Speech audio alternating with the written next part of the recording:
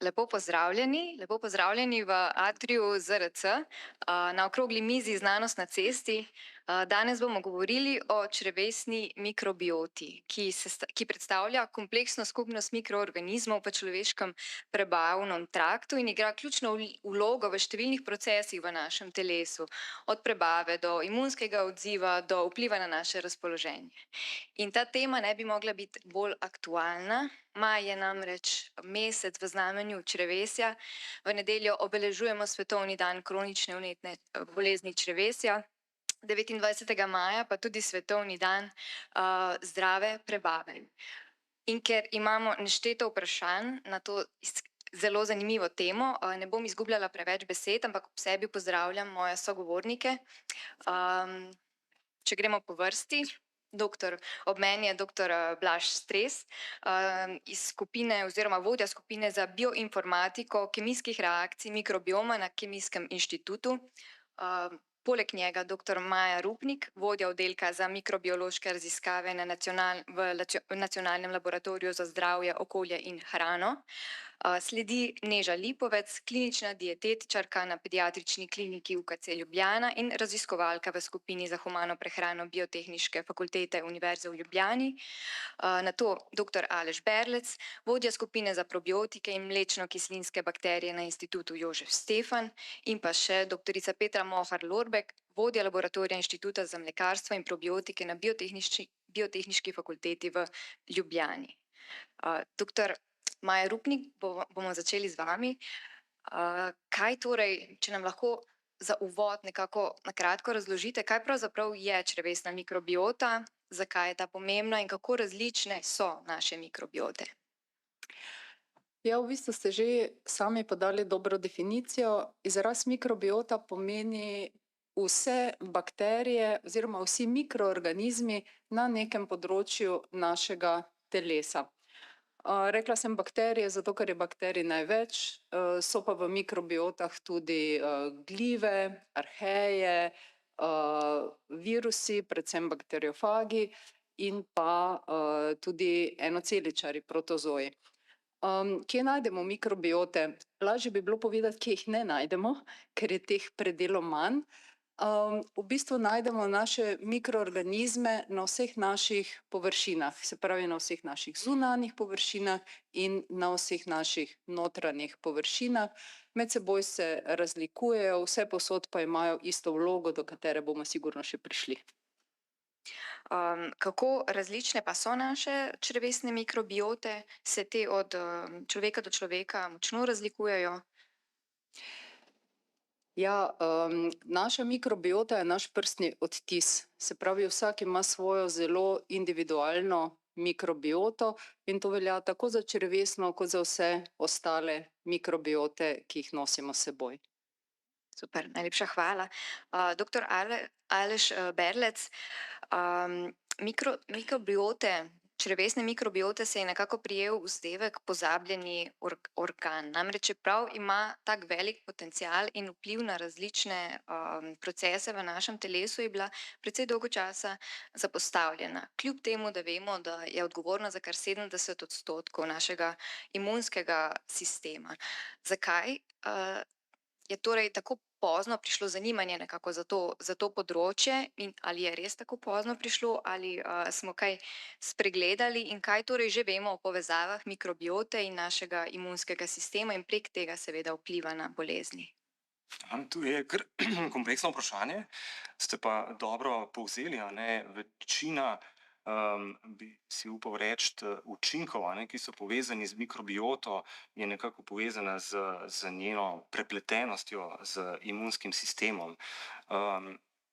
Kar se tiče njenega poznavanja, če se najprej tega dotaknem, je to, pa bomo v nadaljevanju verjetno še o tem govorili, bi rekel, da se je pomen mikrobiote je bil prisoten, ampak so nove tehnike v zadnjih 15 letih predvsem povezane z možnostjo določenja nukleotidnega zaporedja naslednje generacije in potem določene sestave mikrobiote bistveno pripomogle k temu njenemu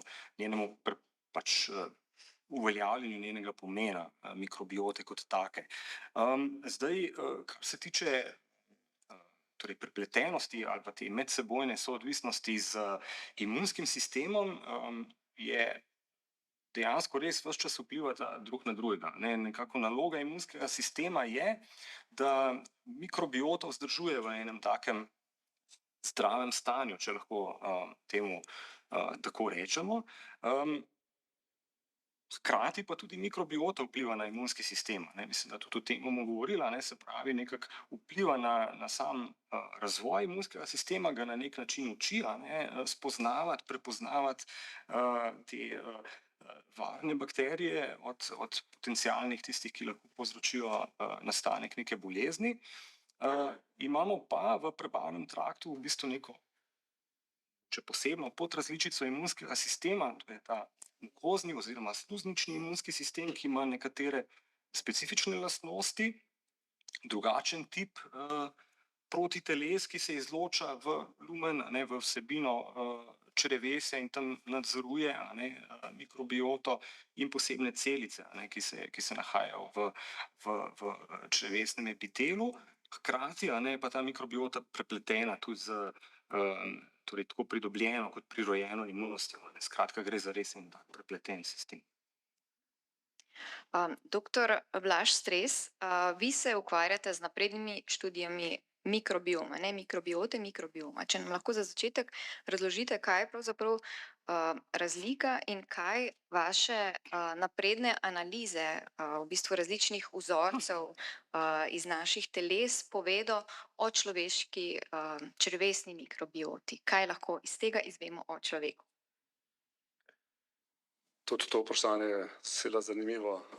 V bistvu, ko vzamete en sam vzorec blata, se morate zavedati, da je noter relativno veliko število mikroorganizmov. 10 na 13 jih imamo nekje na celem našem telesu. Če vzamete pač en vzorček blata, je to 100 gramov, noter je skoncentriranih 10 na 12 recimo mikroorganizmov. In z našimi tehnikami pač pogledamo, katere nukleotidna zaporedja so prisotna v njihovih genomih. Te potem prevedemo v telefonski imenik latinskih imen, se pravi, katere vrste so noter, celo do nivoja sevov, potem pa kako raznolika je ta mikrobiota, taksonomija, se pravi taksonomija, diverziteta, funkcionalni geni, encimske reakcije, metabolne poti in predvideni metaboliti. Se pravi, ne gremo samo na nivo genov, ampak je v bistvu precej zelo natančnega modeliranja na podlagi predhodnih metabolnih modelov, da lahko vse te informacijske rezine naberemo na kup. Zdaj, ko imamo na eni strani mikroorganizme, ki prihajajo iz recimo populacije zdravih, populacije bolnih, lahko ugotovimo med temi 20 milijoni cenilk, ki jih razberemo, v čem se pravzaprav ločijo bolni od zdravih in se lahko naučimo, v čem se ločijo. Mogoče samo še eno podvprašanje. Sodelujete tudi v blazno zanimivem projektu Million Microbiome Project. Če nam lahko še na kratko o tem poveste in kam gredo, v katero smer vaše prizadevanja? Million Microbiomes of Humans Project je v bistvu vseevropski projekt, znotraj katerega se zbirajo vzorci fecesa in vzorci kože, vzorci sline iz celotne Evropske unije. Namen tega projekta pa je narediti neke vrste pregledno mapo za Evropsko unijo v povezavi z metapodatki, se pravi z lastnostmi posameznih preiskovancev, koliko so stari, katerega spola, višina, teža, medicinske lastnosti, prehranske navade. In namen našega sodelovanja je pač pripraviti, umestiti v ta MMHP deloma slovenske zdrave kohorte, pa tudi bolnike, kajti za nekatere bolezni, ki jih imamo v Sloveniji, je pač 2-milijonska država enostavno premajhna, da bi imeli dovolj reprezentativne kohorte, se pravi skupine ljudi, in veliko več se lahko naučimo, če imamo zelo standardiziran postopek jemanja vzorcev za celotno Evropsko unijo, enake postopke sekvenciranja, enake postopke analize podatkov, se pravi, smo zelo uniformni v smislu analiz in prihaja do relativno majhnih razlik pri obravnavi teh vzorčkov s strani različnih držav. In naše vzorčke lahko združimo s tujimi, se pravi, s tem, ker mi tam sodelujemo, dobimo dostop do preostalih 980 tisoč vzorcev, ki jih sicer ne bi imeli. In naše male skupine bolezni, ki prihajajo iz pediatrične klinike ali pa ginekologije, lahko primerjamo z kohortami, skupinami preiskovancev iz drugih držav. Imamo tako večje skupine, imamo pač posledično tudi večjo statistično moč, da ugotovimo, po čem se pravzaprav ločijo eni od drugih.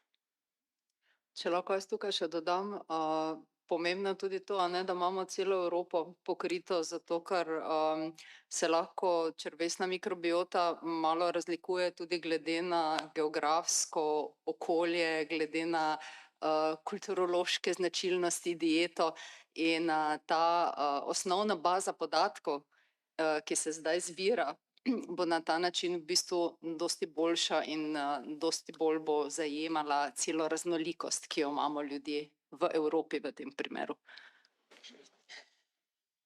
Točno to, kar je Maja poudarila, v bistvu gre v prvi fazi za to, da nekatere države v Evropi, kot so Velika Britanija, Nemčija, Francija, v mali meri Španija, so dejansko s takimi projekti že začele in so še posebej pa Švedska, Norveška, Finska in so daleč naprej, ne bom rekel pred nami, ampak imajo v svoj zdravstveni sistem že integrirane nekatere načine vzorčenja in spremljanja svoje celotne populacije.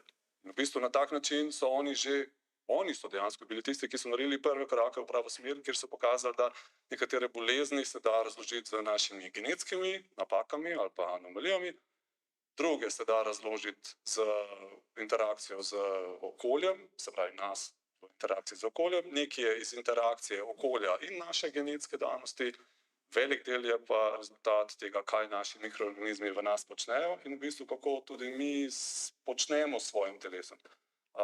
Mogoče sem še tako, da se navežem na tisto, kar je Aleš prej začel in razložil. Imunski sistem je nekako zadnja varovalka, preden mikrobi podivjajo. Se pravi, ko umremo, pač imunski sistem se ugasne in oni grejo svojo pot. Pač vključijo drug genetski program in začnejo početi tisto, kar lahko. V našem normalnem, zdravem, vsakdanjem življenju smo pa tudi mi tisti s svojimi aktivnostmi, Maja povedala, ker boste potem še kolegici povedali, naše aktivnosti so tiste, ki so zelo pomembne pri definiranju, pri vzpostavljanju okolja, znotraj katerega ti mikroorganizmi dejansko živijo. Se pravi, koliko vode popijemo, kaj pojemo, kdaj pojemo, kako so obroki sestavljeni, koliko spimo, koliko se gibljemo, ker tudi poraba energije je tista, ki definira okolje, znotraj katerega se mikroorganizmi nahajajo. In če je v nekem trenutku višek energentov, tisti, ki imate otroke, ki ste jih peljali na rojstni dan, pa so se napili Coca-Cole, tako kot sem se jaz prej, so pač bistveno bolj živahni, pa še 2 tortici, pa so kar raketa. V nasprotnem primeru pa, kad je energije relativno malo, pa morajo mikrobi drug program vzpostavljati in takrat se pač drugače obnašajo tudi do našega imunskega sistema, ki se potem, kot je Aleš rekel, tudi drugače obnaša nazaj. In potem je to večni ping-pong, oziroma večni, do 42 milijonov minut našega življenja ali pa 1 milijardo sekund. Super, najlepša hvala. Doktorica Maja Rupnik, na kratko še do vas, kot ste dejali v nekem zapisu, je črevesna mikrobiota lahko uspešno upravlja svoje naloge samo, če je v ustreznem ravnovesju.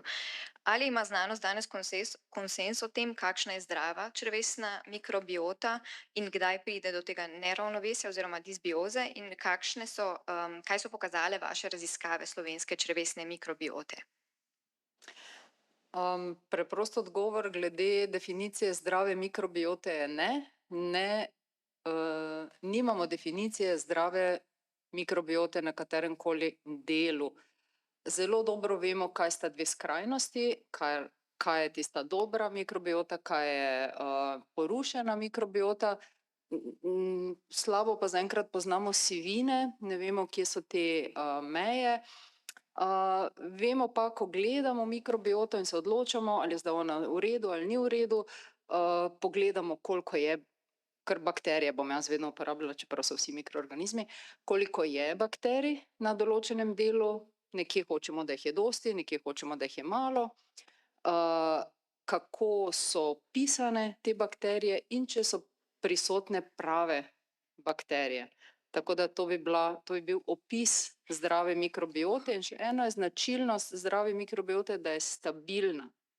Če je vaša mikrobiota zdrava, uravnotežena, tudi če jo vi porušite, ste šli na žur pa ste preveč pili, se bo vrnila sorazmerno hitro nazaj, ampak večkrat, ko ji to delate, težje in počasneje bo prišla nazaj v ravnotežje. To bi bil prvi del odgovora. Mi smo v naši skupini naredili pred nekaj leti študijo na zdravih slovenskih prostovoljcih, bolj na štajerskem koncu smo se omejili z našimi prostovoljci in smo v bistvu na ta način dobili naš mali oblaček zdrave črevesne mikrobiote. Ugotovili smo, da v ničemer kaj posebej ne odstopamo, da nimamo klene slovenske bakterije, ampak se kar ujemamo z tem, kar se najde drugod po svetu. Ja. Mogoče samo še na kratko, morda doktor Berlec, preden nadaljujemo, kaj pa je tisto, kar želimo, da je v naši črevesni mikrobioti na kratko? Torej, verjetno so to neki specifični mikroorganizmi, ki jih želimo, pa morda pravo razmerje med njimi, če nam lahko na kratko pojasnite. Ja, tako bolj na splošno bi rekel, da je pomembno, da so raznoliki, a ne, in da jih je dovolj, a ne, se pravi, da je ustrezno razmerje, ne, torej v sami sestavi je 6 debel, ki so nekako pogosto zastopani, a ne, in torej pomembno je, če še bolj kot je Maja rekla, ne, je težko definirati ustrezno sestavo. Pomembno je tudi, da imamo na voljo vse nekako metabolne poti, a ne, ki nam zagotavljajo, a ne, ustrezne funkcije, ki jih mikrobiota lahko opravlja, a ne. Zato se lahko tudi sestava bistveno razlikuje, a ne, pa je neka funkcionalnost vseeno ohranjena. Hvala. V preteklih letih, v preteklem obdobju potekajo zelo intenzivne debate, kaj je bolje biti, ne vem, jesti mesno hrano, biti vegan, se pravi jesti hrano bogato s proteini ali pa z maščobami, se izogibati popolnoma predelani hrani in sladkorju. Zakaj je za našo mikrobioto, črevesno mikrobioto pravzaprav sploh pomembno, kaj jemo in katere so tiste snovi, tista hrana, ki našemu črevesju koristi, doktor oziroma Neža Lipovec? Ja, v bistvu tako znanost kot klinična praksa pravi, da je najboljše biti zmiren in pa se posluževati neke uravnotežene prehrane. Zdaj, kaj to v praksi pomeni, da imamo pač nekje 3 do 5 obrokov dnevno, da je ta prehrana naša pač čim bolj pestra, se pravi, da nekje na tedenski ravni zaužijemo vsaj 30 različnih osnovnih živil. Kar se pa tiče uravnoteženosti hrane, naj bi pa naši glavni obroki bili sestavljeni na tak način, da je polovica krožnika za 2 pesti, recimo, te polovico krožnika pač zapolnimo z neko zelenjavo, 1/4 krožnika z 1 pestjo nekega škrobnatega živila, idealno nekega polnozrnatega škrobnatega živila,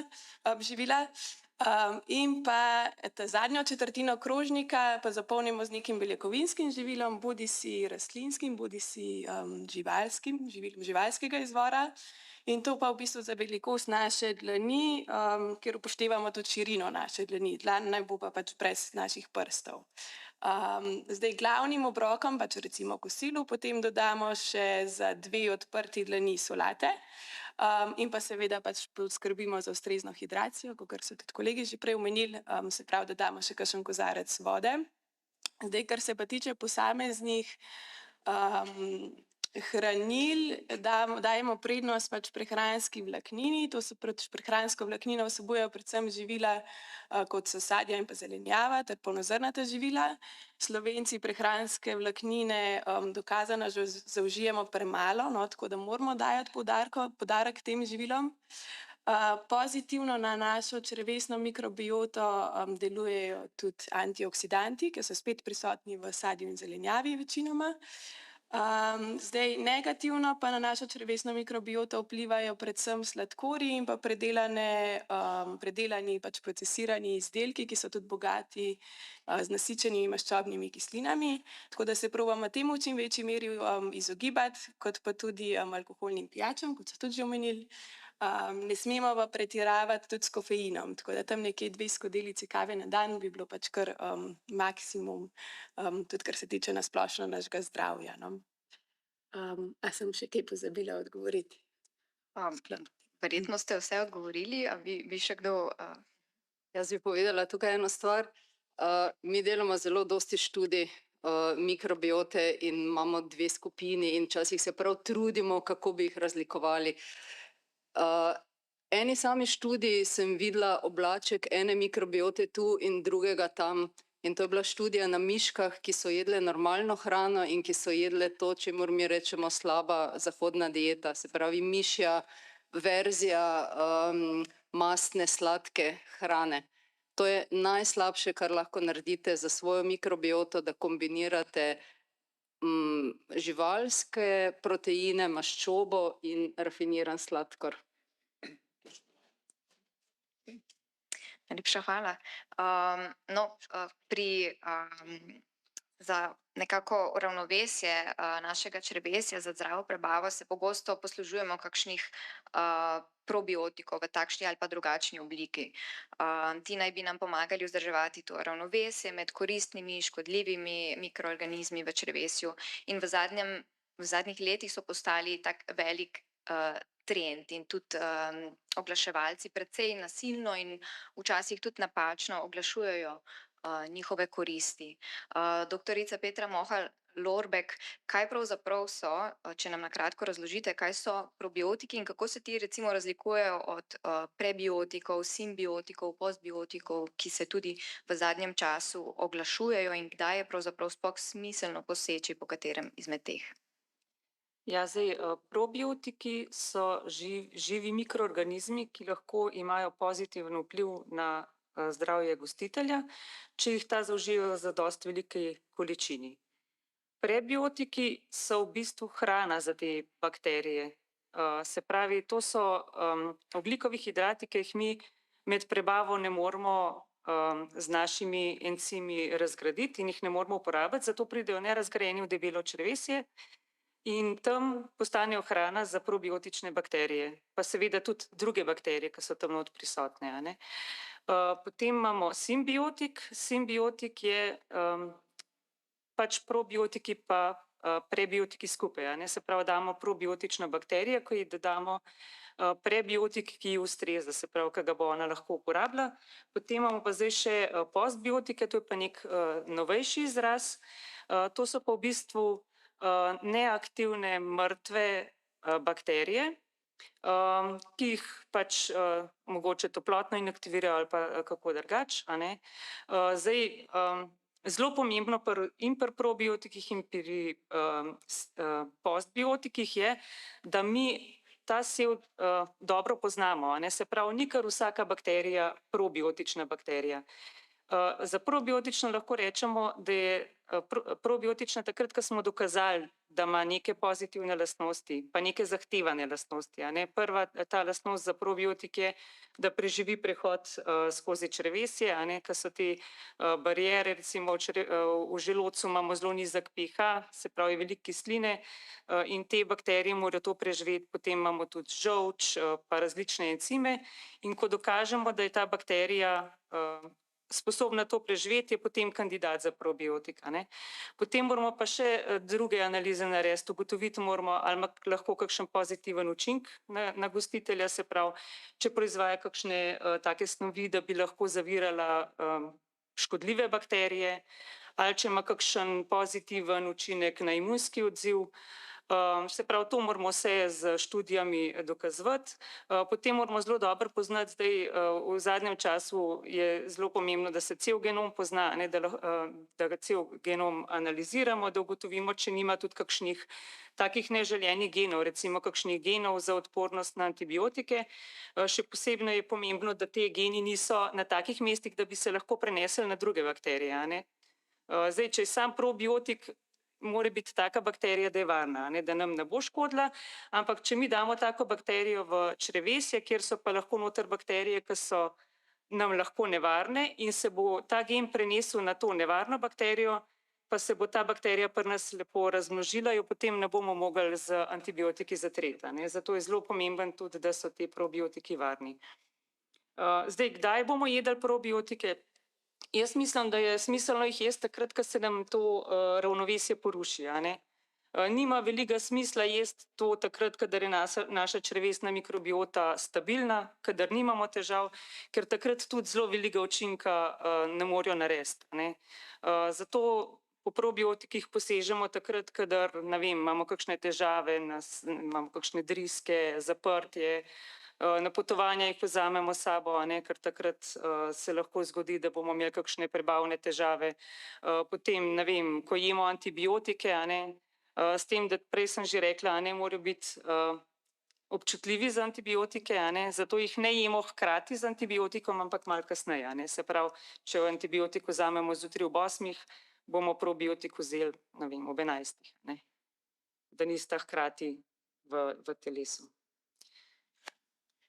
Mogoče, če jaz še lahko dodam, v klinični praksi svetujemo uživanje probiotikov tudi v primeru, kadar se zdravimo z inhibitorji protonske črpalke. To so zdravila, ki se uporabljajo pri težavah z zgago in pa z refluksom. Tako da takrat bi tudi svetovala uporabo probiotikov in pa tudi takrat, kadar uporabljamo neko prehransko dopolnilo ali zdravilo z železom, ker tudi to lahko tako zelo agresivno deluje na našo črevesno mikrobioto, tako da tudi takrat svetujemo dodatno uživanje probiotikov.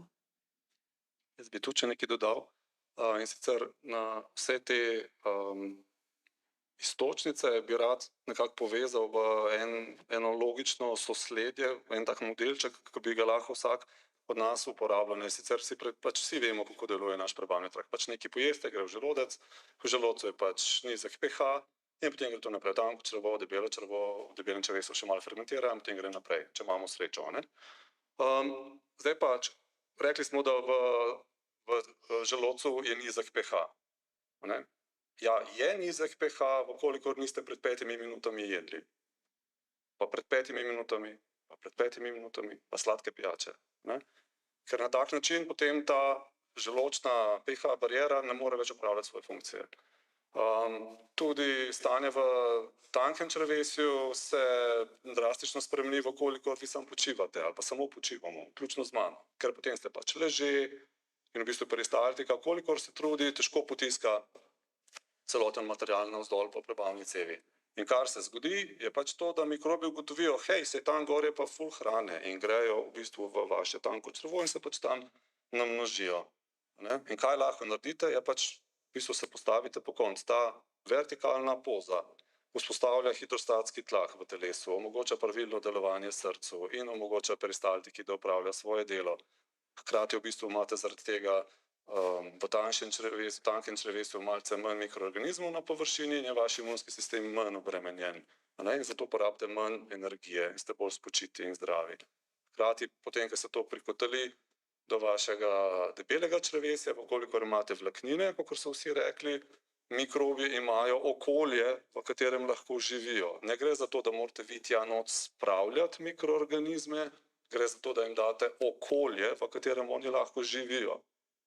In to okolje lahko dobite tako s pravilno prehrano, pravilno hidracijo, če imate problemi, seveda lahko vzamete probiotike, kot je bilo že rečeno, imate tudi prebiotike, ki pomagajo tem mikroorganizmom. No, in tle bi se rad sam navezal še na eno idejo. Imamo 3 glavne polimere, ki jih uživamo. Eni so, bomo rekli, proteini živalskega izvora. So tak zelo uniformen polimer. Imate v njih 22 aminokislin in to je to. Potem imate rastlinsko prehrano, kjer imate blazno različen diapazon, tako polisaharidov in proteinov, ki so tam noter, lipopolisaharidov, glikoproteinov, vse živo je. Ne? A potem pa so še ta tretji polimer, so na naši notranji sluznici v debelem črevesu ali pa v celem črevesu imate pač naš humani polimer mucin, ki je pač dosti kompleksna struktura, ampak ta polimer mi delamo.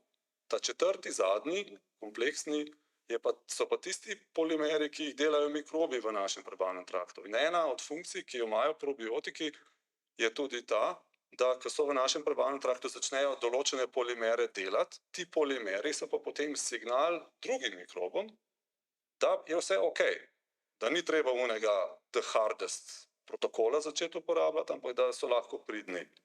Se pravi, če vi ne izvajate svojega lastnega protokola prehranjevanja, pitja, fizične aktivnosti, vlaknin dovolj, znotraj nekih, bomo rekli, meja, na koncu to postane neko termodinamsko okolje, če tega ne delate, potem grejo mikrobi po svoje, bojo pač vklopljeni v drugi program. Oni so v bistvu genetski avtomatki, ki se odzivajo na okolje. NASA bi temu rekla, da so to kemični sistemi, sposobni samoreplikacije in so podvrženi darwinistični evoluciji. In sem žal spadajo tudi vsi virusi. Če ste se še učili v osnovni šoli, da virusi niso živi po NASA, po definiciji NASA, pač so žive entitete, ker se lahko samo replicirajo. Gotovo bo se kdo skočil, pa me bo poskušal torpedirati, nisem se iz tega zmislil. Hvala lepa. Torej najprej moramo poskrbeti sami za svojo črevesno mikrobioto, z pravilno prehrano, vsekakor z spanjem, se pravi z zdravim življenjskim slogom, pa vendar včasih je potrebno poseči tudi po kakšnem probiotiku v obliki dopolnila ali pa v kakšni drugačni obliki. Pa morda bi naredila samo en korak nazaj, ko govorimo o probiotikih v splošni javnosti. Tukaj se mi zdi, tudi če izhajam iz sebe, je velika zmešnjava. Kaj pravzaprav so probiotiki? Je tudi vsak probiotični jogurt, ki ga vidimo na polici, probiotik, je kefir probiotik. Kje smo s probiotiki in kaj pravi o tem regulacija? Morda doktorica Petra Moharol. Ja, to je zelo vprašanje na mestu, ker res tudi mi veliko dobimo vprašanja. Tako kot sem že prej rekla, probiotik je lahko samo sev, ki je dobro karakteriziran. Se pravi sev, ne vrsta, recimo. Prej smo se tudi mi med sabo pogovarjali. Lactobacillus rhamnosus, GG, to je ime seva, GG. To je en od sevov, ki je dobro karakteriziran, mogoče med najbolj poznanimi. Medtem, ko recimo mi imamo v zbirki Lactobacillus rhamnosus IM 1520, ki pa ni probiotičen. Pa je glih tako Lactobacillus rhamnosus. Se pravi, moramo imeti dobro okarakteriziranega, pa vedeti moramo, da ima pozitiven učinek. Zdaj, jogurt je lahko probiotičen, kadar so mu dodane bakterije, ki imajo pozitiven učinek. To so zdaj v mlečnih izdelkih se najbolj uporabljata dva seva, Bifidobacterium lactis, BB12, pa Lactobacillus acidophilus LA5. Ta dva najlažje preživita tudi v mlečnih izdelkih, zato sta najbolj te dva prisotna. So pa tudi kakšni drugi. Če so pa samo jogurtove bakterije noter, se pravi ta Streptococcus thermophilus pa Lactobacillus bulgaricus, ki pa nimajo dokazanih pozitivnih učinkov, pa to ni probiotični jogurt. Zdaj, tako, kot ste vprašala, kako je zdaj s tem izrazom probiotik. Izraz probiotik je Evropska agencija za varnost hrane v bistvu prepovedala. Se pravi, dokler nimaš dokazanih učinkov, ki jih Evropska agencija za varnost hrane EFSA potrdi kot ustrezne, ne smeš napisati na izdelek, da imaš noter probiotik. To velja za vsa živila, kamor spadajo tudi prehranski dodatki. Zato se na izdelkih ne sme napisati probiotični jogurt. Ta izraz je zdaj že nekaj let prepovedan. Na zdravilih je to še vedno dovoljeno, vsem pa se ta izraz v raziskavah še pojavlja. Določene države so tudi ta izraz dovolili, recimo Italija, Danska, mislim, da Nizozemska tudi. V Sloveniji so se pač odločili, da ne bojo dovolili. V Ameriki recimo je tudi se prosto uporablja, tudi v drugih državah. Ne. Zato se danes še vedno pogovarjamo o probiotikih. A ne. Se pravi, znanstvenega stališča probiotiki obstajajo, tudi neki dokazi, da pozitivno delujejo, so. Zakaj pa jih EFSA ne potrdi? Predvsem gre za to, da tako, kaj Maja že prej omenila, a ne, naše mikrobiote se med sabo zelo razlikujejo.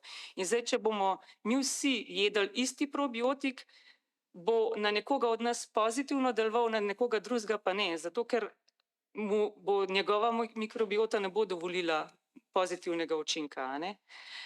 In zato zelo težko dokažemo pozitiven učinek na širši populaciji, a ne? Se pravi določenega probiotika. Poleg tega je pa še ta placebo učinek, ki ljudje, ki jejo nekaj, pa mislijo, da je probiotik, se boljš počutijo, a ne, in potem, ker se boljš počutiš, ker si prepričan, da nekaj dobrega za sebe delaš, so tudi pol te zdravstveni učinki boljši, a ne. Se pravi, je tudi to dobro, a ne. Zato jaz pravim, probiotik je pač en tak izdelek, ki vam ne bo škodoval, a ne. Tudi če ga veliko pojeste, nima negativnih učinkov. Zdaj, če bo pa samo zaradi placebo efekta na vas pozitivno deloval, je pa to tudi super, a ne. Tako da, če nam ne škoduje, a ne, nam lahko pravzaprav samo dobro naredi, a ne. Vidim, da se A je to res, da ne bo škodil probiotik? Ja, če je preverjen, ne. Bolj mogoče, ne vem, pri prebiotikih bi rekla, da je mogoče kakšno napenjanje, pri probiotikih je tega manj, no. Maksimalno kakšno napenjanje lahko povzroči. Mislim, jaz ne poznam kakšnih takih raziskav, ki bi pokazale, da bi škodili, no, ne vem, razen če. Ne, to je bilo čisto vprašanje iz interesa. Neža Lipovec, ker sva se že prej pogovarjali o tem, da bi morda nam povedala več o tem, če so lahko probiotiki tudi škodljivi in ali lahko sprožijo kakšne težave in kakšne. Ja, zdaj tako je, načeloma pač pri zdravih ne povzročajo kakšnih večjih težav, ampak kakor smo že omenjali, se vsak posameznik različno odziva, tako na prehrano, kakor tudi na probiotike lahko. V praksi tudi opažamo, ker načeloma indiciramo probiotike točno specifičnega seva za točno določeno težavo, ki jo pacient pač ima, da se lahko en pacient na nek probiotik odzove super in mu zelo odgovarja in omili njegove simptome, medtem ko bo pač pacient z enako težavo, z isto boleznijo na ta probiotik lahko odreagiral tudi tako, da mu bo poslabšalo zdravstveno stanje. Tako da pač gre tukaj res za čist individualen pristop in vsak lahko malo na drugačen način odreagira na pač tudi ta specifičen sev probiotika. Kar pa se tiče pač splošne populacije, pa lahko probiotiki povzročijo tudi škodo, ampak to pa predvsem ljudem, ki so imunsko kompromitirani, se pravi, imajo nek oslabljen imunski sistem z različnih razlogov, lahko so pač na kakšnih imunosupresivnih zdravilih zaradi recimo presaditve organa ali pa zdravljenja pač kakšne oblike raka, lahko imajo tudi primarno prirojene imunske primanjkljivosti, tako da pri njih se pa v bistvu probiotiki kot taki v osnovi kontraindicirani, no, oziroma se morajo uporabljati samo pod zdravniškim nadzorom.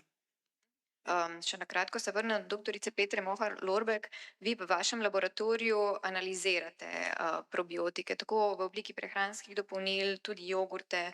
Kaj pa morajo probiotiki imeti, da jim lahko rečete, da so kakovostni in kaj so pokazale raziskave probiotikov na slovenskem tržišču? Ja, zdaj mi največ analiziramo ustreznost teh probiotikov, se pravi, če ustrezajo deklaraciji, a ne. Se pravi, preverjamo število mikroorganizmov, ki so prisotni v posamezni kapsuli in potem preverimo, če je to vsaj toliko, kot piše na deklaraciji. Potem pa preverjamo tudi, če so vse vrste, ki so navedene, res prisotne v izdelku, a ne. Zdaj se na trgu je zelo različno, a ne. Imamo probiotike, ki so samo ena vrsta noter, pa so pa spet taki, ki jih imajo recimo 30, a ne. In mi preverjamo, koliko je živih, a ne, in koliko je, lahko preverimo, koliko je, tudi če so vse, ki so napisane, prisotne žive, ali pa če so vsaj prisotne, a ne. Se pravi, to analiziramo, to zdaj delamo mi tudi tako tržno, a ne, se pravi, določena podjetja k nam prinašajo vzorce. Vsake toliko časa pa mi tudi kar gremo po lekarnah, pa malo poberemo te vzorce. In ko smo s tem začeli, je bilo to kar, moram reči, porazno, no. V bistvu je bilo več kot polovica probiotičnih izdelkov, ne vem, mogoče postbiotičnih, se pravi, nič živega nismo noter našli, a ne. Se je pa to stanje zelo izboljšalo, no. Zdaj pri tej zadnji raziskavi je zelo malo bilo takih, ke ne bi bilo nič, a ne, je recimo bilo samo malo pod tisto vrednostjo, ki je bila napisana, pa kakšen sev je manjkal oziroma ni bil več živ. Tako da to stanje se, moram reči, kar izboljšuje, a ne. Je pa res, da mi smo v glavnem šli res po lekarnah, nismo tako, zdaj pač probiotike res dobiš vse povsod, a ne. Tako da mogoče naslednjič bomo šli pa še po kakšnih drogerijah malo pobrati, pa da vidimo, kakšno je pa stanje tam, no. Ja, vam bom dala besedo, še prej vam bom zastavila eno vprašanje, da še na to odgovorite. Zanima me, kako hitro lahko pravzaprav pričakujemo spremembe v črevesni mikrobioti po tem, ko spremenimo prehrano ali pa vnesemo neko obliko probiotikov. In ali je to odvisno tudi od tega, kakšna je bila naša mikrobiota že prej, v kakšnem stanju je bila? Ok, vprašanje najprej, kako hitro in ali je to odvisno od predhodnega stanja. Tle bom jaz rekel, da vsak dan v našem prebavnem traktu v mikroorganizmih nastaja milijarde mutacij. Se pravi, tudi če jeste vsak dan isto hrano, se bojo mikroorganizmi, se bo genetski material mikroorganizmov v vas spreminjal. Zdaj, kaj to pomeni za njihovo delovanje, je pač odvisno od okolja, v katerem se nahajajo, kako okolje vi vzpostavite. Spreminja, dejstvo pa je, da če gledate telefonske imenike latinskih imen mikroorganizmov, skozi čas pač določene skupine mikroorganizmov nihajo. In se nekaj je, tle treba tudi povedati, da velik delež teh sprememb ni ciljano usmerjen, ampak je v veliki meri naključen, ali pa je rezultat tako kompleksnih interakcij, da jih mi v tem trenutku niti ne razumemo. En del teh odzivov je pa dejansko usmerjen na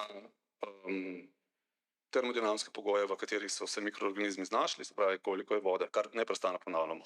Koliko je vode, koliko je vlaknin, koliko vi pač kaj trenirate svoje telo in koliko spite. Mikroorganizmi se namreč odzivajo na cirkadiadni ritem.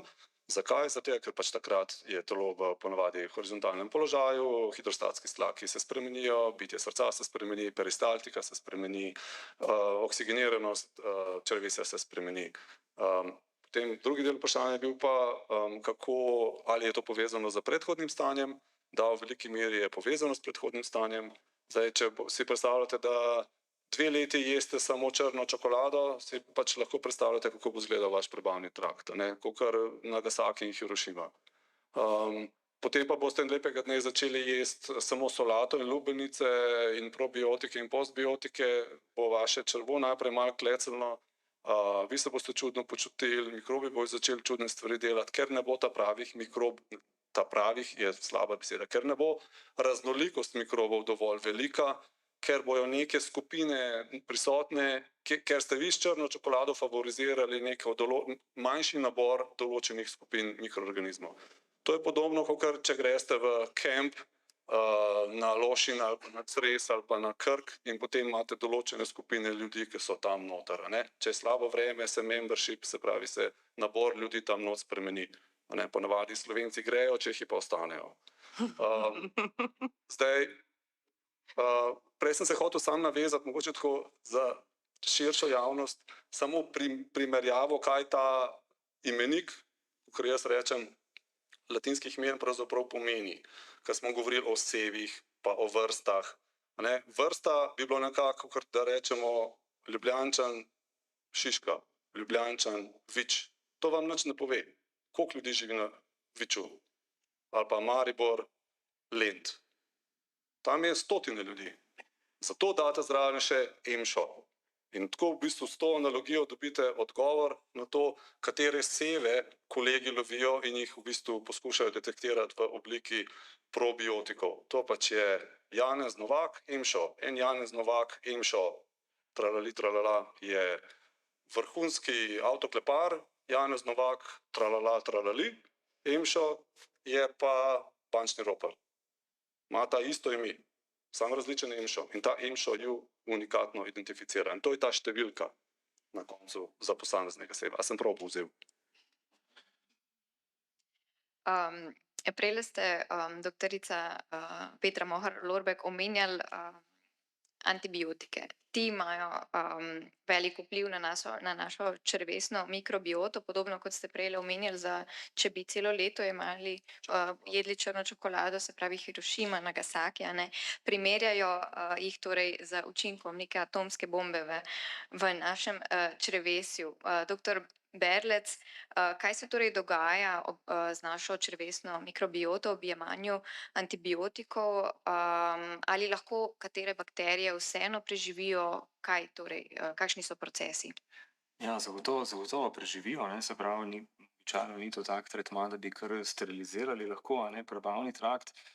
Je pa res, da se poruši sestava in da se tudi zmanjša kompleksnost, zmanjša se število različnih vrst in to seveda lahko povzroča težave. To se je treba zavedati, pri tem jemanju antibiotikov, seveda je pa tu tudi odvisno od tega, kakšne antibiotike, se pravi, nekako razlikujemo antibiotike na široko in ozkospektralne in želimo uporabljati, če je možno, tiste, ki imajo nek ožji spekter, da res zadanemo tisto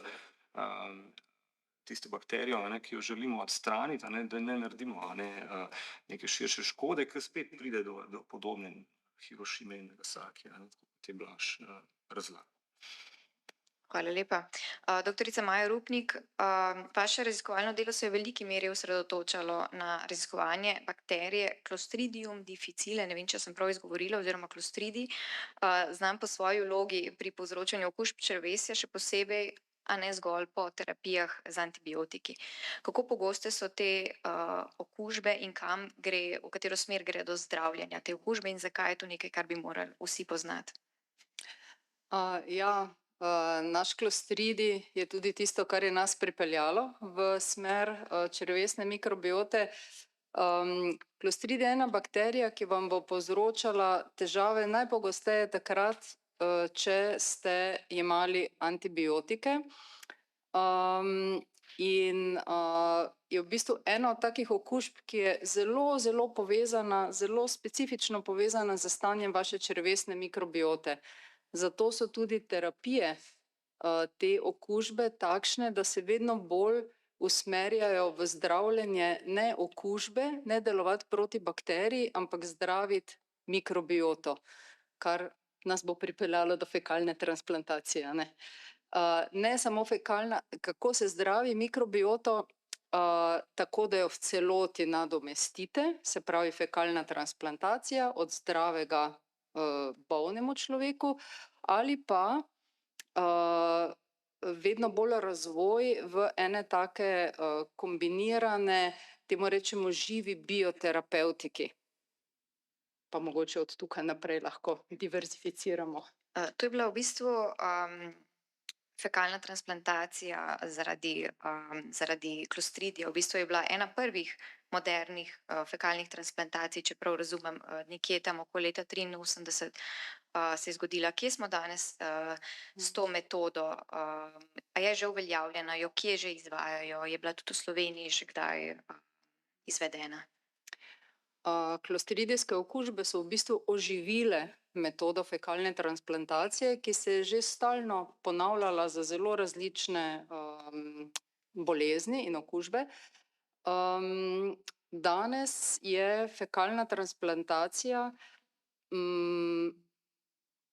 metoda, ki se uporablja trenutno res samo za zdravljenje ponavljajočih se okužb s Clostridijem in precej dobro že tudi pri kroničnih vnetnih črevesnih boleznih.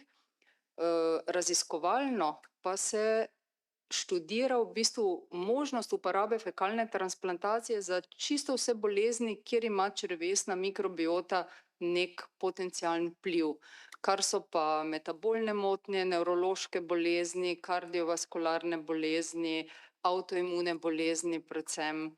Po eni strani to, po drugi strani bo mogoče tudi Blaž želel še kaj povedati, pa gremo iz tega kozmetično manj primernega načina, da se vzame cel feces, se ga spravi v tekočo obliko in se ga na nek način da v črevo recipientu, v smer, da iz tega celotnega fecesa zberemo tiste skupine koristnih bakterij, ki bodo dobre za točno določeno bolezen in točno določeno stanje.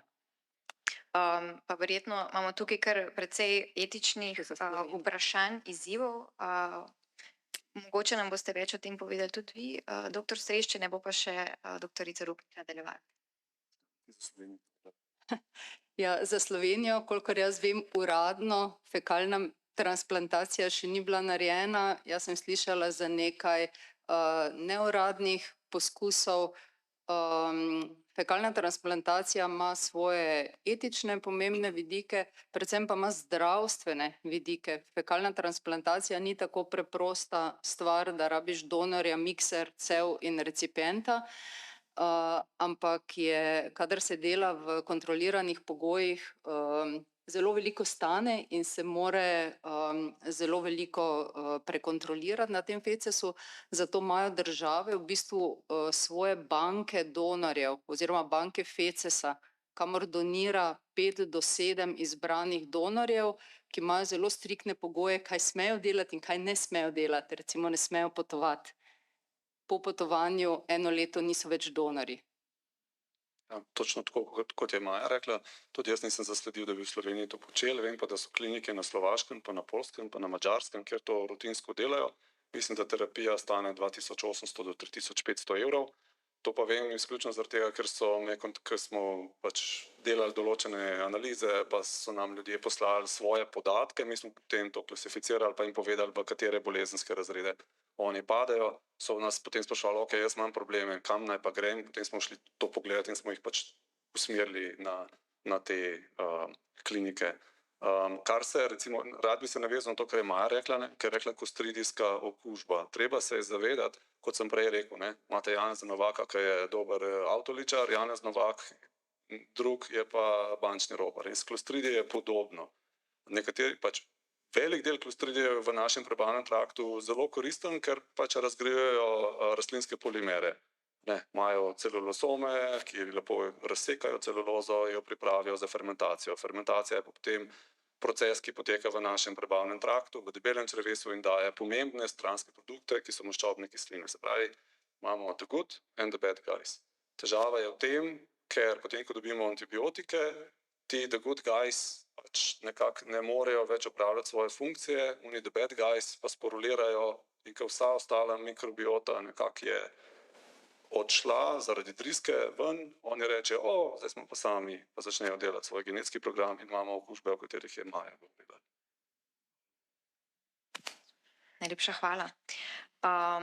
Torej, zdaj že vemo, da našo črevesno mikrobioto poseljuje enormno število mikroorganizmov, po nekaterih podatkih je teh okoli 100 trilijonov, kar je recimo nekoliko več, kot je celic v našem telesu, torej ogromno. Kdaj pa se, Neža Lipovec, začne ta kolonizacija našega črevesja? Je na začetku ta nepopisan list in kdaj se začnejo poseljevati po njem mikroorganizmi in kaj vse na to vpliva? Ja, včasih je bilo rečeno, da se začne naseljevati pač ta črevesna mikrobiota ob rojstvu. Danes vemo, da temu ni čisto tako. Sicer je tukaj še zmeraj malo kontroverznosti, ampak so z različnimi študijami že ugotovili, da se črevesna mikrobiota iz mame preko posteljice, ampak preko plodovnice prenaša že tudi na sam plod. Tako da je pač ta vidik tudi prehrane nosečnice zelo pomembna in tudi pač črevesna mikrobiota nosečnice se tudi v času nosečnosti potem lahko že prenaša na potomca. No, potem pa kasneje je zelo pomembna vrsta poroda, na kakšen način se dojenček rodi. Vemo, da obstajajo precejšnje razlike v črevesni mikrobioti dojenčka, ki je bil rojen vaginalno in pa dojenčka, ki je bil rojen s carskim rezom. To je predvsem iz tega vidika, ker v bistvu ta dojenček, ki je rojen vaginalno, je pač prišel v stik z črevesno mikrobioto mame in pa tudi z vaginalno mikrobioto mame. Tako da se potem ta njegova črevesna mikrobiota, vsaj v samem začetku, drugače oblikuje, kakor pa mikrobiota dojenčka, ki je bil rojen s carskim rezom, ker pa glavni vir teh mikroorganizmov potem predstavljajo predvsem mikroorganizmi, ki jih pač dojenček dobi s stikom s kožo pač oseb v svoji okolici. Zdaj, tudi glede na študije je nekako nakazano, da dolgoročen vpliv pač načina poroda na črevesno mikrobiota pač naj bi lahko obstajal, no, in bi lahko tudi predstavljal pač neke dojenčki, ki so rojeni s carskim rezom, bi lahko imeli potem nekaj več težav z zdravjem kasneje v življenju, ampak vemo, da tukaj pač obstaja milijon različnih dejavnikov, ki lahko tekom življenja zapeljajo našo črevesno mikrobioto. Tako da en dejavnik pri tem bi bila definitivno potem pač vrsta poroda tudi. Kasneje se pa potem to pomembno tudi nadaljuje, s čim je ta dojenček hranjen, ne? In se pač precej ta črevesna mikrobiota razlikuje pri dojenih dojenčkih in pa pri pač dojenčkih, ki so hranjeni z mlečno formulo. Vemo, da ima tukaj dojenje pač ogromno prednosti pri kreiranju črevesne mikrobiote, uravnotežene črevesne mikrobiote, in tudi vemo, da se črevesna mikrobiota v zgodnjem otroštvu precej hitro spreminja, tako da lahko pač nanjo precej vplivamo, in pa da ima v bistvu na način, kako se črevesna mikrobiota formira v prvih 1000 dneh življenja, se pravi v tej dobi do 2. leta otrokove starosti, lahko to dolgoročno potem vpliva, kakšna bo črevesna mikrobiota in pa tudi pač zdravje posameznika potem kasneje tudi v odrasli dobi. Neža Lipovec, vi ste klinična dietetičarka. Pri katerih boleznih pa ste nekako v klinični praksi dosegli največje spremembe z uravnavanjem mikrobiote? Zdaj, ena izmed takih praks, če smo pri dojenčkih, je tudi pri neutolažljivo joka dojenčka, predvsem pri teh pač kolikah, pri krčkih, kakor jih imenujemo, tako da tudi tukaj imajo probiotiki kar dobro vlogo, no, lahko pozitivno vplivajo. Sicer pa kakšne pozitivne vplive vidimo predvsem pri kroničnih vnetnih črevesnih bolezni in pa na splošno pri kakšnih črevesnih težavah, predvsem pri driskah povzročenih tudi z antibiotičnim zdravljenjem. Kaj pa morda za kakšne bolj nevrološke bolezni, kaj se tukaj izkazuje? Zdaj, kar se tiče pediatrije, v praksi še ne predpisujemo pač klinično probiotikov nevrološkim boleznim, vemo pa pač, da kar se pa raziskav tiče, da so pa že pokazale rezultate, da lahko neka modulacija črevesne mikrobiote, ki vemo, da so v nevrodegenerativnih bolezni, tudi recimo pri avtizmu, pri depresiji, pri anksioznosti, da je naša črevesna mikrobiota spremenjena. Tako da tam glede na raziskave kažejo tudi v to smer, da lahko z modulacijo črevesne mikrobiote, ali bodisi s probiotiki, bodisi pa z neko dieto, z uravnoteženo prehrano, mediteransko dieto, recimo, lahko pozitivno vplivamo tudi na simptome oziroma na pač zaplete teh bolezni. Zdaj, črevesna mikrobiota je res eden izmed najbolj dinamičnih in dovzetnih sistemov za modulacijo in prek tega lahko vplivamo na različne bolezni. Doktor Stres, katere so še tiste bolezni, na katere bi lahko vplivali z moduliranjem mikrobiote, kaj kažejo, kje so recimo najbolj obetavne študije, na katerih področjih? Ja, jaz bi se v bistvu kar navezal na to, kar je Neža rekla. In sicer pač naše področje se je nekako zamejilo na neprenosljive bolezni, ki so del velikega zdravstvenega problema Evropske unije, in sicer ker pač predstavljajo 80% smrtnosti in doživljenjske prizadetosti. Sem spadajo debelost, tip 2 diabetes, depresija, tiki, na drugi strani anoreksija, potem tudi v bistvu cele pahljače bolezni, kjer se tudi na medicinski strani stvari pač spreminjajo, kako jih diagnosticirati. Zdaj, kar bi jaz rad tle povedal, recimo v povezavi z temi boleznimi in fekalno transplantacijo, je to, da ko naredimo fekalno transplantacijo, ne gre samo za prenos telefonskega imenika mikroorganizmov iz enega userja na drug user, ampak gre za to, da prenesete zraven še okolje, v katerem so ti mikroorganizmi bili. V tem okolju imate hrano, kot je Maja prej rekla, da ti donori ne smejo potovati naokrog, ampak morajo biti lokalno stabilizirani nekje, zato da so lahko donori. Se pravi, da imajo res, da niso podvrženi vdoru novih mikroorganizmov, nekih eksotičnih patogenov in podobnega, ampak se pravi, gre za precepljanje okolja z tudi gostiteljevimi molekulami, z deležem tudi imunskega sistema, ki lahko potem pacificira recipientovo pač sluznico. No, če gremo zdaj korak nazaj na te neprenosljive bolezni, se kaže, da določene učinke lahko dosežemo že samo z spremembo prehrane, z spremembo načina gibanja, tudi tisti, ki so recimo depresivni, ko jim predpišejo, ki jim pač dajo te pametne ure in morajo izkazovati gibanje, se stanje, obseg depresije pri velikem številu, pri kar obsežnem deležu zmanjša, ne pa pri vseh. Nekateri so pač neodzivni na zdravila in na terapije.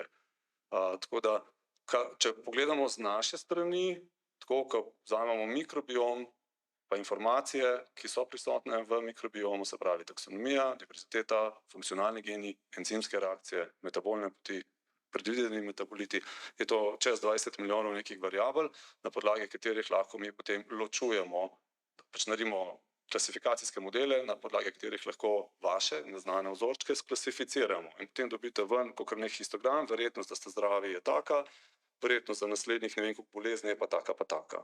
In zdaj tisti, ampak to, kar počnemo, je v bistvu predklinično orodje, v tem trenutku niti še ni zunaj, omogoča pa od ekspertov neodvisno klasifikacijo vzorcev. Zakaj je to pomembno?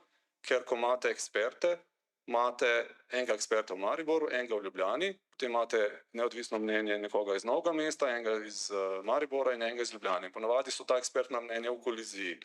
Zdaj, na naši strani pa delujemo, pa tudi vsi kolegi delujejo tako, da delujemo po teh FAIR principles, se pravi, da so podatki, algoritmi, načini dela so findable, accessible, interoperable and reproducible, reusable. Se pravi, da vse, kar počnemo, je sledljivo. Kdorkoli vzel naše podatke, naš pipeline, naše settinge na algoritmih, bo prišel do istega rezultata.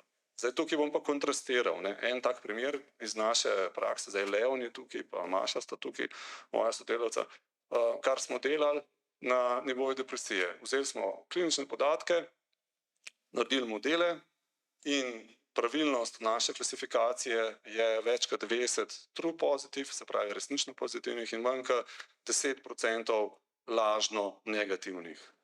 Se pravi, smo v bistvu za tak relativno majhen delček zelo učinkoviti. Ko pogledate, če vzamete 100 pacientov, pa 100 psihiatrov, a ima kdo kakšno idejo, v kolikšni meri so pa oni true positive, pa false negative, true negative. Oni se ujemajo med sabo pri klasifikaciji 100 pacientov v približno 8%. Med 4 in 14% je pa razpon. Se pravi, eno tako orodje, ki je neodvisno od intervencije, vendar je pa sledljivo in razložljivo, je lahko zelo dober pripomoček enemu kliniku, ki bo pač na podlagi tega rekel, obstaja sum, dajmo mi to pogledati. Še posebej, če bomo odzadaj pač histogram enih 20-25 različnih neprenosljivih bolezni. In tle jaz vidim en tak zelo dober doprinos, ker se potem da vključiti probiotike, prebiotike, terapije, fekalno transplantacijo in je pač to odločitveno drevo je lahko zelo logično sestavljeno in ne bi več tako tavali v temi. Ampak pač zaenkrat, če nismo tam, smo pa na dobri poti, da bomo kmalu. Hvala lepa. No, ampak izkazuje se recimo, da bi bile lahko terapije mikrobiote koristne tudi za zdravljenje dolgega covida, holesterola, celo avtizma, recimo za dolgi covid. So nekatere študije pokazale, da bi lahko bil eden od vzrokov tudi to dolgotrajno neravnovesje v črevesni mikrobioti. Tako da res ogromno raziskav na tem področju v zadnjem času in še veliko jih bo verjetno sledilo, veliko novega bomo še odkrili na tem področju. Tako da nekako se zdi, da tudi farmacevtska industrija vse bolj vstopa na to področje. Doslej bo morda to področje malce zapostavljeno, to se zdaj spreminja. Doktor Rupnik morda, na kakšen način pa pravzaprav zdaj ta farmacevtska podjetja v zadnjih letih vstopajo na to področje, kaj se dogaja na tem razvojnem področju v smeri nekih zdravil in inovativnih terapevtskih pristopov? Ja, pristopi gredo predvsem v razvoj nečesa, kar se imenuje živi bioterapevtiki. To je za razliko od probiotikov, kjer imamo res znane bakterije, pa ali je zdaj notri ena ali jih je 30, imamo v teh živih bioterapevtikih eno skupino mikrobov, za katere nimamo točnega seznama, kaj je v njih, so pa zmeraj pripravljeni tako, da se zagotavlja določen učinek in določena kvaliteta. Tako da je to razvoj, v katerega gremo, in zdaj imamo bioterapevtike, ker smo danes pri črevesni mikrobioti, so pač to terapevtiki, ki jih na nek način ali pojeste ali se dobijo z enemo po rektalni poti. Ampak verjamem, da smo tukaj skoraj vsi, ki temu področju sledimo in lahko še kaj povemo na to temo. Mogoče bi jaz dodal, je tu ena razlika, ki je na nivoju med probiotiki pa torej živimi bioterapevtiki, živimi bioterapevtskimi produkti, kot regulatornimi kategorijami, je ravno ta regulatorni nivo. Probiotiki so, kot smo že prej slišali, v glavnem gre za prehranske dodatke, prehranska dopolnila, ki so kot tako na splošno regulirani kot hrana, so del hrane, medtem ko pri teh torej živih bioterapevtskih izdelkih, se pravi, kot ste že sami nakazali, tukaj pa lahko gre tudi za zdravila. In tukaj je nekak nivo regulative povsem drugačen, ker tukaj vstopajo farmacevtska podjetja in status zdravila imajo pač tista, ki so zagotovljeno in preverjeno kakovostna, varna in učinkovita, in so tudi prestala vse faze kliničnih testiranj. Zdaj tukaj so v bistvu prvi ti živi bioterapevtski izdelki, ki prihajajo na trg.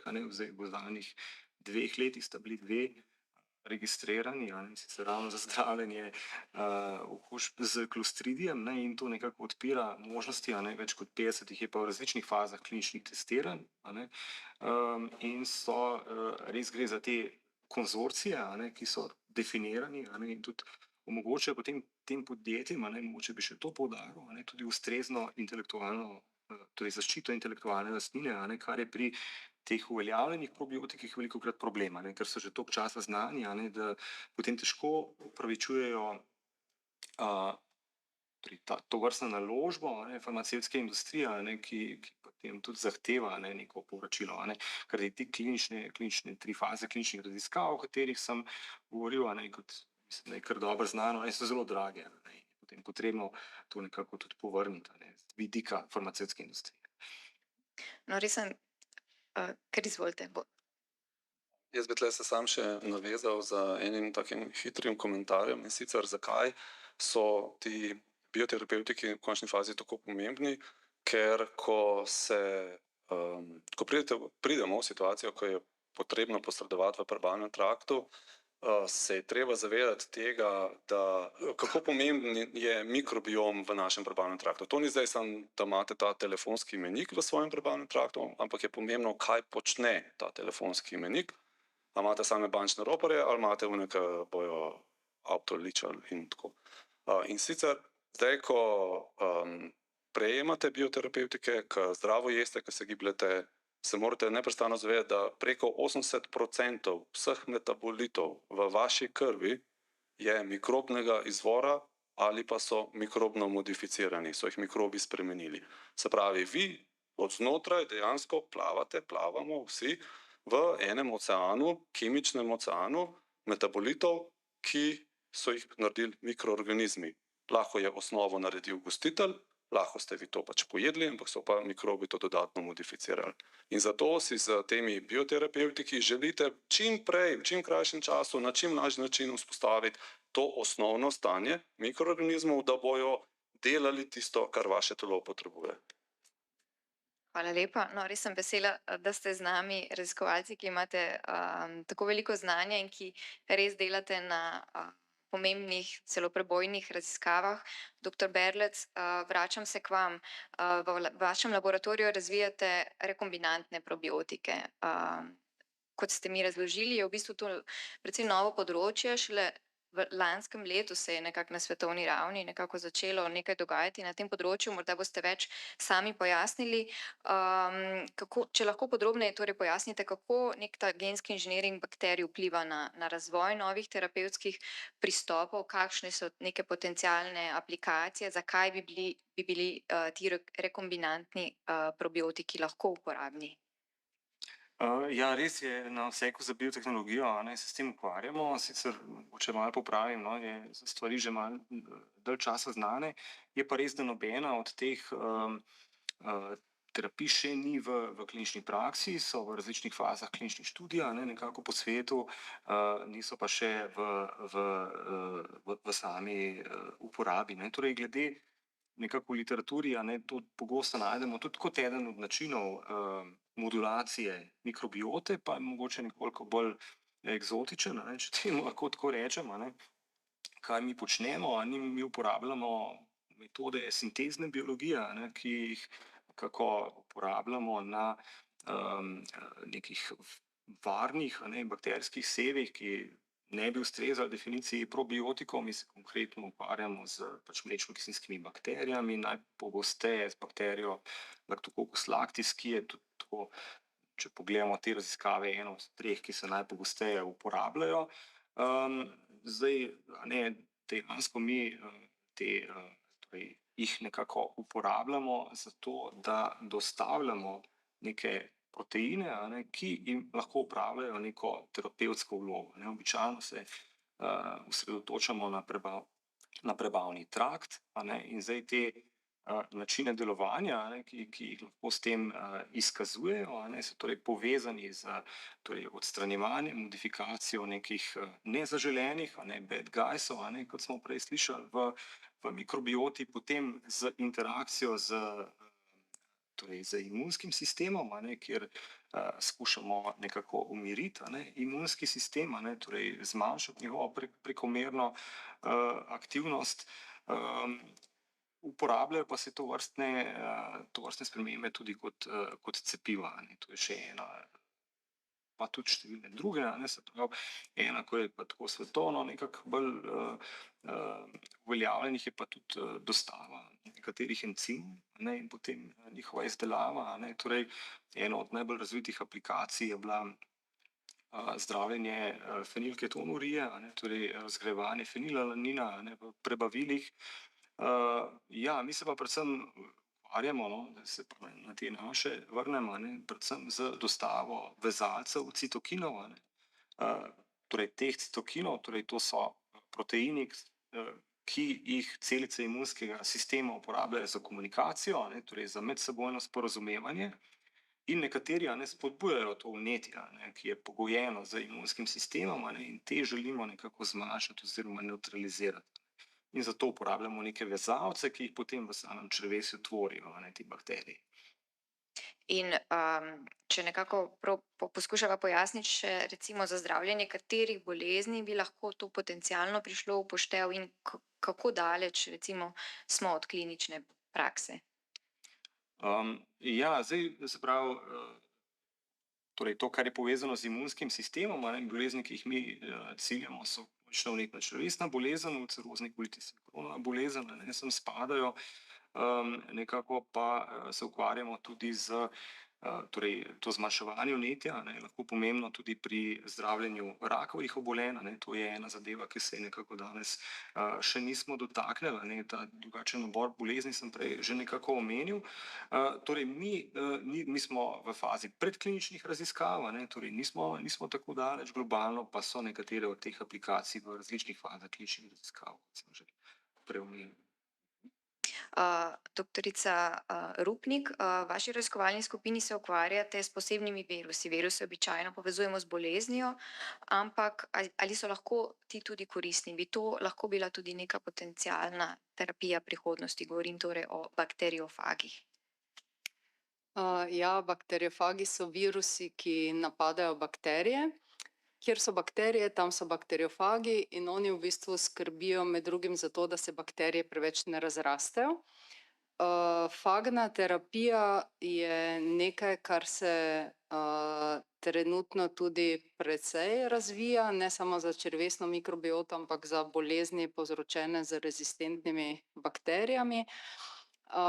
Z fagi je tako, da so zgleda zelo pomembni, jih pa težko študiramo, ker vse te naše metode, ki jih recimo Blaž zelo dobro pozna, so takšne, da jih pa prav za fage ne moremo zelo dobro uporabiti in zato je važno, da gremo nazaj k klasiki in da vzamemo črevesno mikrobioto in izoliramo posamezne fage in potem s tem prispevamo k atlasu poznavanja ali pa k telefonskemu imeniku bakteriofagov in s tem smo se mi ukvarjali in bilo je mukotrpno in zanimivo in doprinesli smo 7 novih fagov v zakladnico svetovnega zdravja.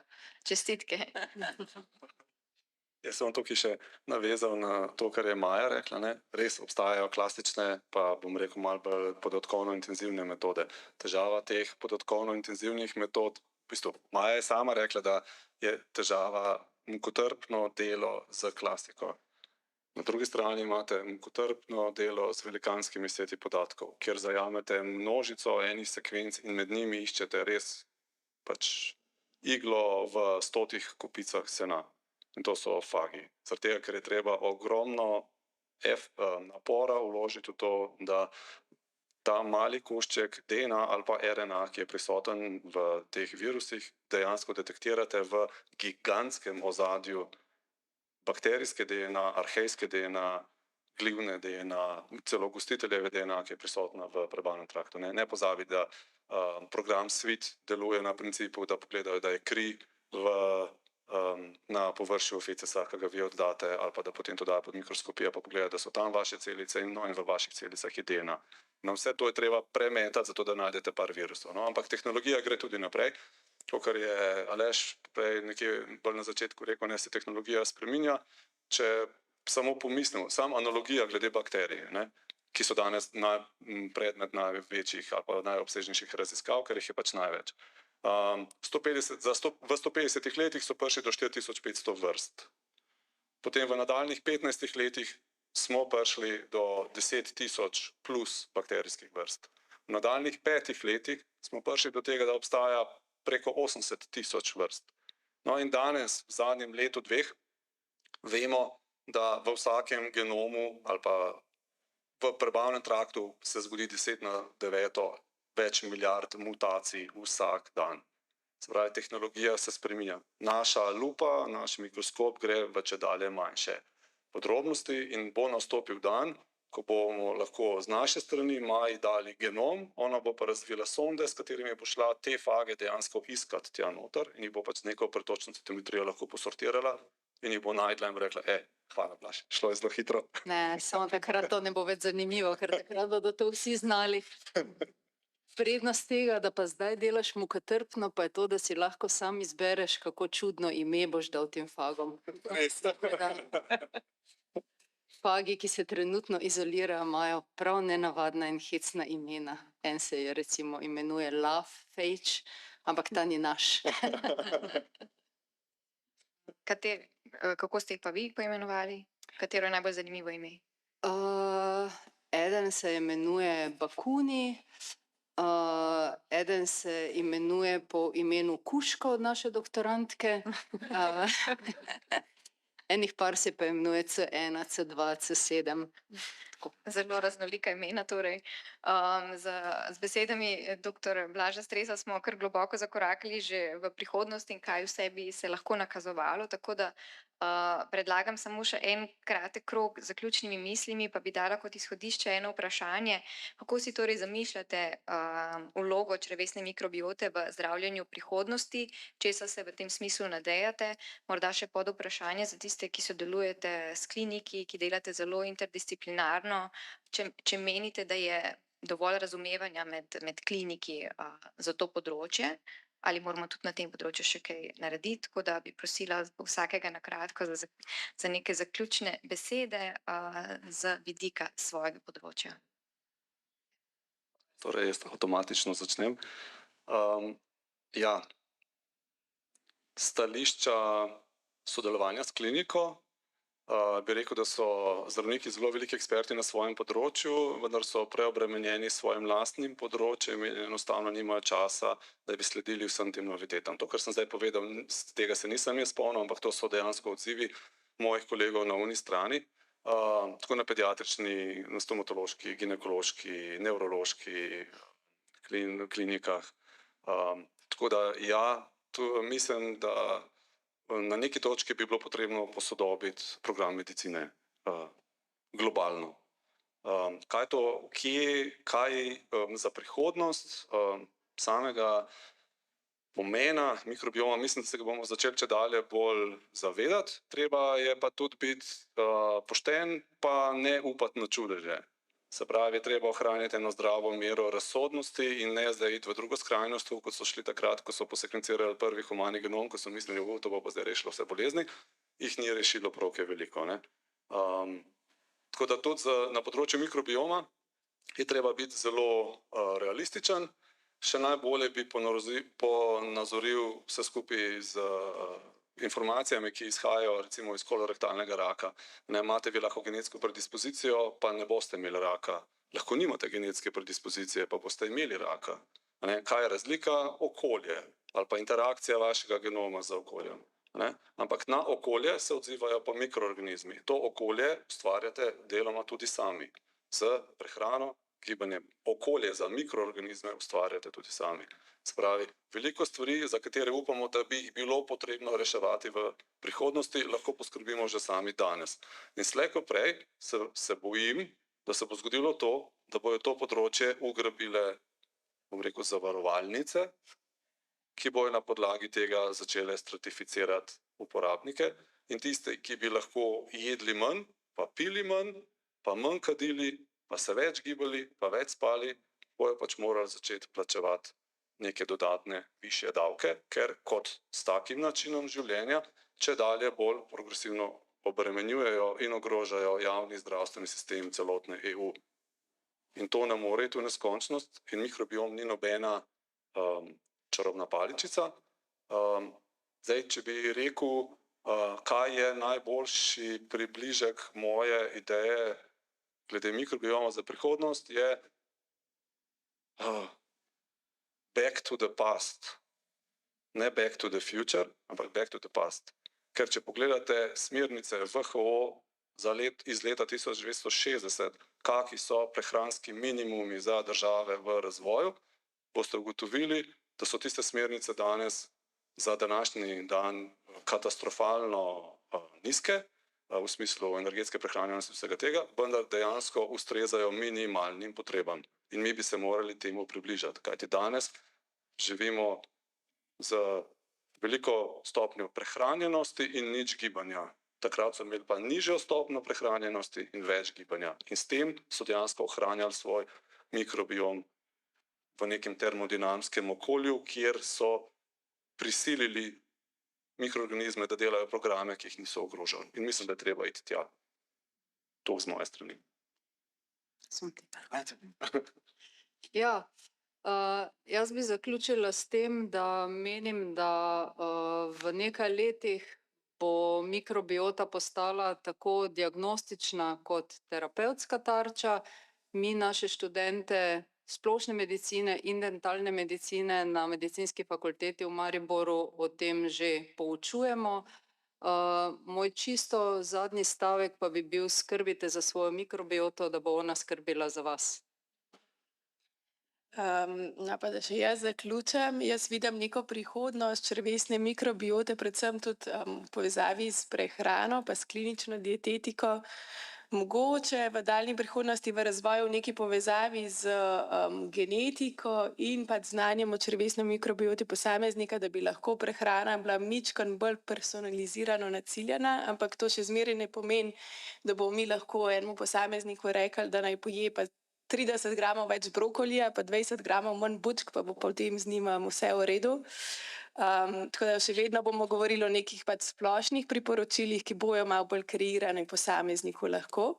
Potem pa samo še rada zaključila, ker imamo tudi precej mladih v publiki, s tem, ker se tudi jaz bolj strastno ukvarjam, da je za samo črevesno mikrobioto, predvsem naših potomcev, tudi pomembno, kako se mi mladi prehranjujemo in kako živimo in kakšen je naš življenjski slog tudi zdaj. Tudi če še ne načrtujete prihodnjih generacij, ampak vemo, da se to prehransko programiranje prične že 3 mesece pred samim spočetjem otroka in ima potem v bistvu ta pomemben vpliv vse naprej še 8000 dni, se pravi do starosti 21 let, tako da lahko vi veliko naredite že danes za črevesno mikrobioto vaših potomcev. Ja, tudi jaz sem velik zagovornik uravnanja mikrobiote s prehrano. Mislim, da je to pravilna pot, hkrati pa bi vseeno rekel, da vidim tudi, da sem en tak optimist, in vidim res velik potencial na področju razvoja novih terapij, tako uporabe nekih konzorcijev, torej nekih mešanic mikrobnih, pa po drugi strani tudi poznavanje mikrobiote, česar se pa danes nismo dotaknili, njenega vpliva na uspešnost zdravljenja z določenimi zdravili. Mislim, da tudi tu je ogromno prostora in tudi to je nekaj, kar bo v prihodnjih letih se še nekako bolj prihajalo v ospredje. Ja, jaz bi pa za zaključek mogoče se tudi na Blaža navezala, kaj že rekel, da gremo nazaj. Se mi zdi, da ves ta čas, sploh recimo naše generacije, nismo bili rojeni v ta hiter svet, v kakšnem zdaj živimo. In mogoče smo tudi zaradi vsega tega stresa, ne Blaža, onega drugega stresa, zagotovo to tudi vpliva na našo mikrobioto. Mislim, da moramo iti nazaj, se probati umiriti, pa tudi prehrano, ne iti v te nove smernice, ki je, zdaj nas vsi prepričujejo, jejmo več veganske hrane, ampak dajmo se vprašati, kaj je v tistem burgerju, da ima okus po mesu. Jaz ne verjamem, da je zelo naravno. Jejmo čim bolj nepredelano hrano, gibajmo se, s tem bomo pomagali, da bomo manj pod stresom in tudi pomagali bomo naši mikrobioti, da bo uravnotežena in potem mogoče ne bomo rabili modulacije te mikrobiote. Najlepša hvala vsem za te zaključne misli. Jaz bi rada rekla, da sem prišla do konca svojih vprašanj, da sem izčrpala vsa vprašanja, pa nisem, ker je še ogromno ostalo neodgovorjenih, ogromno zanimivih tem, tako da upam, da bo ekipa Znanost na cesti organizirala še kakšen takšen dogodek.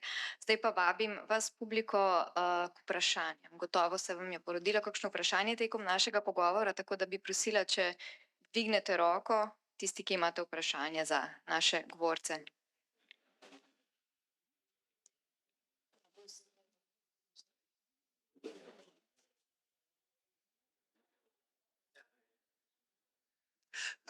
Hvala za zelo zanimiv panel, ki mi je odprl čisto nove vidike, precej nove. Imam pa konkretno vprašanje, ne vem, ali se je potrebno predstaviti. Leja Bregar, upokojenka Univerze v Ljubljani. Torej, konkretno vprašanje za doktor Petro Mohar Lorberg, in sicer zelo lepo ste povedali, kako preverjate kakovost probiotikov. Jaz imam pa zelo pragmatično vprašanje, kako naj se uporabnik pa sam znajde pri izbiri probiotikov, ki so na trgu, ki so v lekarnah, kaj je tisti kriterij, ki ga naj upošteva pri konkretni izbiri, naprimer, če ima konkretno težave po zdravljenju te bakterije Heliobacter pylori z antibiotiki in ima porušeno to svojo črevesno mikrobioto. Ja, zdaj, jaz bi vam težko rekla, mogoče Ja. Neža, če ima kakšen bolj konkreten predlog. Ja, slovenske literature sicer nimamo, ampak imamo pa v bistvu nek priročnik, smernice Svetovne gastroenterološke organizacije, kjer so za ta različna bolezenska stanja priporočila, v kakšni količini in točno pač, kjer probiotik naj bi vzeli za točno določeno pač zdravstveno težavo. In tudi ta okužba s Helicobacterjem pylorijem je tudi zajet v teh priporočilih. No, bomo pobrskali po spletu pa poiskali. Jaz bi vam pa Hvala za čisto napoved. preprosto odgovorila, da za čisto navadnega potrošnika, ki nima dostopa do različnih smernic, verjetno veste, ali je težava nek vneten proces ali je težava to, da imate porušeno mikrobioto. A ne? Tako Če je. imate porušeno mikrobioto, potem iščete tiste probiotike, v katerih je dosti bakterijskih sevov. Okay? Če imate kdorkoli težave z vnetjem, potem iščite probiotike, ki imajo lahko samo enega ali dva in to ne bodo laktobacili. Aha, super, hvala lepa obema. Ja, jaz imam tudi eno vprašanje, Katja. Doktor Rupnikova je omenila, da je beležila slovensko mikrobioto. Me zanima ta raziskava, če je bila kje objavljena, koliko velika je bila kohorta, pa koliko stari so bili tipizirani ljudje, ki so sodelovali. To je prvo vprašanje. Lahko kar odgovorim. Ja. Raziskava je bila objavljena leta 2018. Rupnik in Mahnič sva avtorja. Kohorta je bila 180 nekaj ljudi. Vključitveni kriterij je bil nad 18 let, imamo pa starost od 18 do 80 let. Aha, potem v tem tretjem življenjskem obdobju se že potem spet mikrobiota spreminja, pa ste to kaj posebej omenjali ali? Ne, že 187 je zelo mala Ja. kohorta. A ne? Mi smo v bistvu želeli za naše nadaljne študije imeti čim boljšo starostno razporeditev, zato smo se res trudili, da smo dobili vse starostne skupine in predvsem smo se trudili, še težje kot dobiti fage je dobiti vzorčke direktca od moških. Jaz bi še izkoristila, Nežo bom tikala, ker se poznava. Omenila si 2 skodelice kave na dan. Je to priporočilo vezano konkretno na mikrobioto, ker vemo, da mikrobiota prosperira ob polifenolih in nekatere raziskave kažejo prav obratno, ne?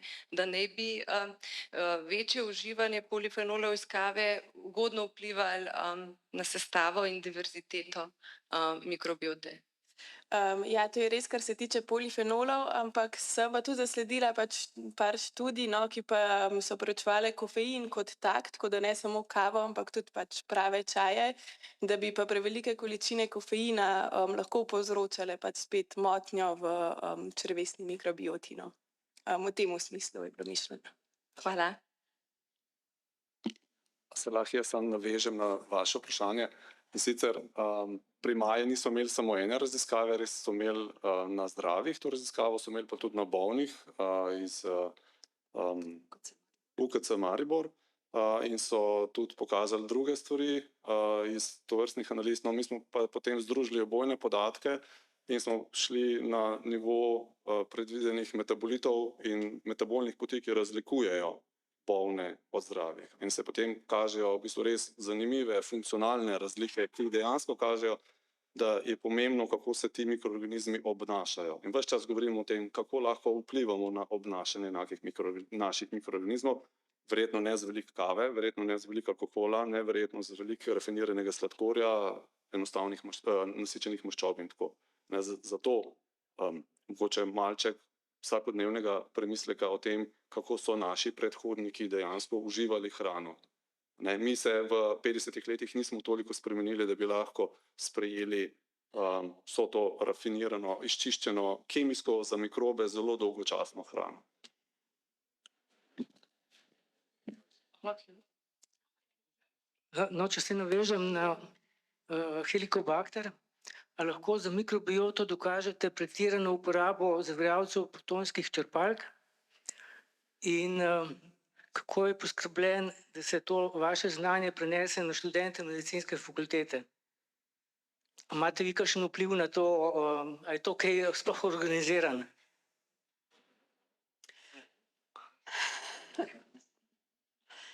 Ja, najprej odgovor na drug del vašega vprašanja. Kar se tiče znanja, veste, je tako, da nas je COVID naučil to, da smo v 2 mesecih vsi naenkrat vedeli, kaj je bris nazofarinksa, pa kaj so protitelesa, ne. In to mene zelo tolaži, ko jaz predavam mojim študentom medicine, da vem, da takrat, ko bodo rabili, se bodo stvari naučili. Predavanja o mikrobioti imajo zelo radi, zato ker so to taka poljudna in zanimiva predavanja.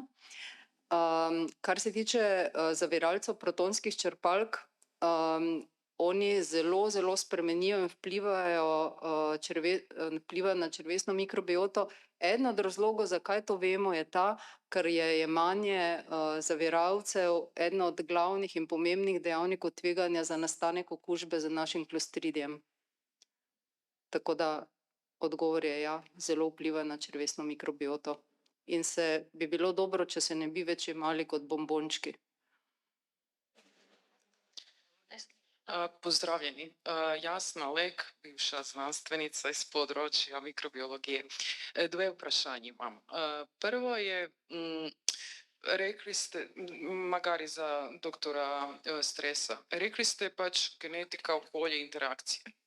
Katere od teh 3 faktorjev ima največji vpliv na, ne vem, kaj vi jemljete kot pač variable, ne vem, raznovrstnost mikrobioma, število, pač, evo, to me zanima, kaj je dejansko ključno tle, ali interakcija, ali okolje, ali genetika. Kot prvo vprašanje. V bistvu je to, zdaj smo stopili na področje, kjer bi se morali pogovarjati o vsaki bolezni posebej. Variable, ki jih mi jemljemo, so mikrobna taksonomija na nivoju sevov, ki so znani. Tle imate pač v tem trenutku, kar se tiče bakterijskih vrst, jih je 80.000, se pravi, potem so pač še znotraj njih posamezni sevi, kar to številko potisne po mojem v najslabšem primeru nekje čez 250.000, potem imate funkcionalne gene, ki jih je zdaj, mislim, da 19 milijonov, potem je encimske reakcije, ki jih je enih tudi 200.000, potem imate te združevanja v metabolne poti, ki jih je enih par, tudi, mislim, do 150.000. Diverzitetni indeksi, pač vzamete jih ene 100, potem so pa še metaboliti. Če imate smolo in zraven vključite še dejanske metabolite, imate pač lahko tudi 10.000 dodatnih metabolitov, ki jih vključujete. Se pravi, ko vse te matrike zraven stekate, dobite pač 20 milijonov variabel za posameznika. Da, razumem. Čisto. Zdaj pa kaj drugi del vprašanja, kaj najbolj vpliva na vse to, je pa odvisno od tega, a ste zdravi ali imate neko bolezen. V neki bolezni so odločujoči drugi dejavniki kot pri neki tretji bolezni oziroma kot pri zdravem.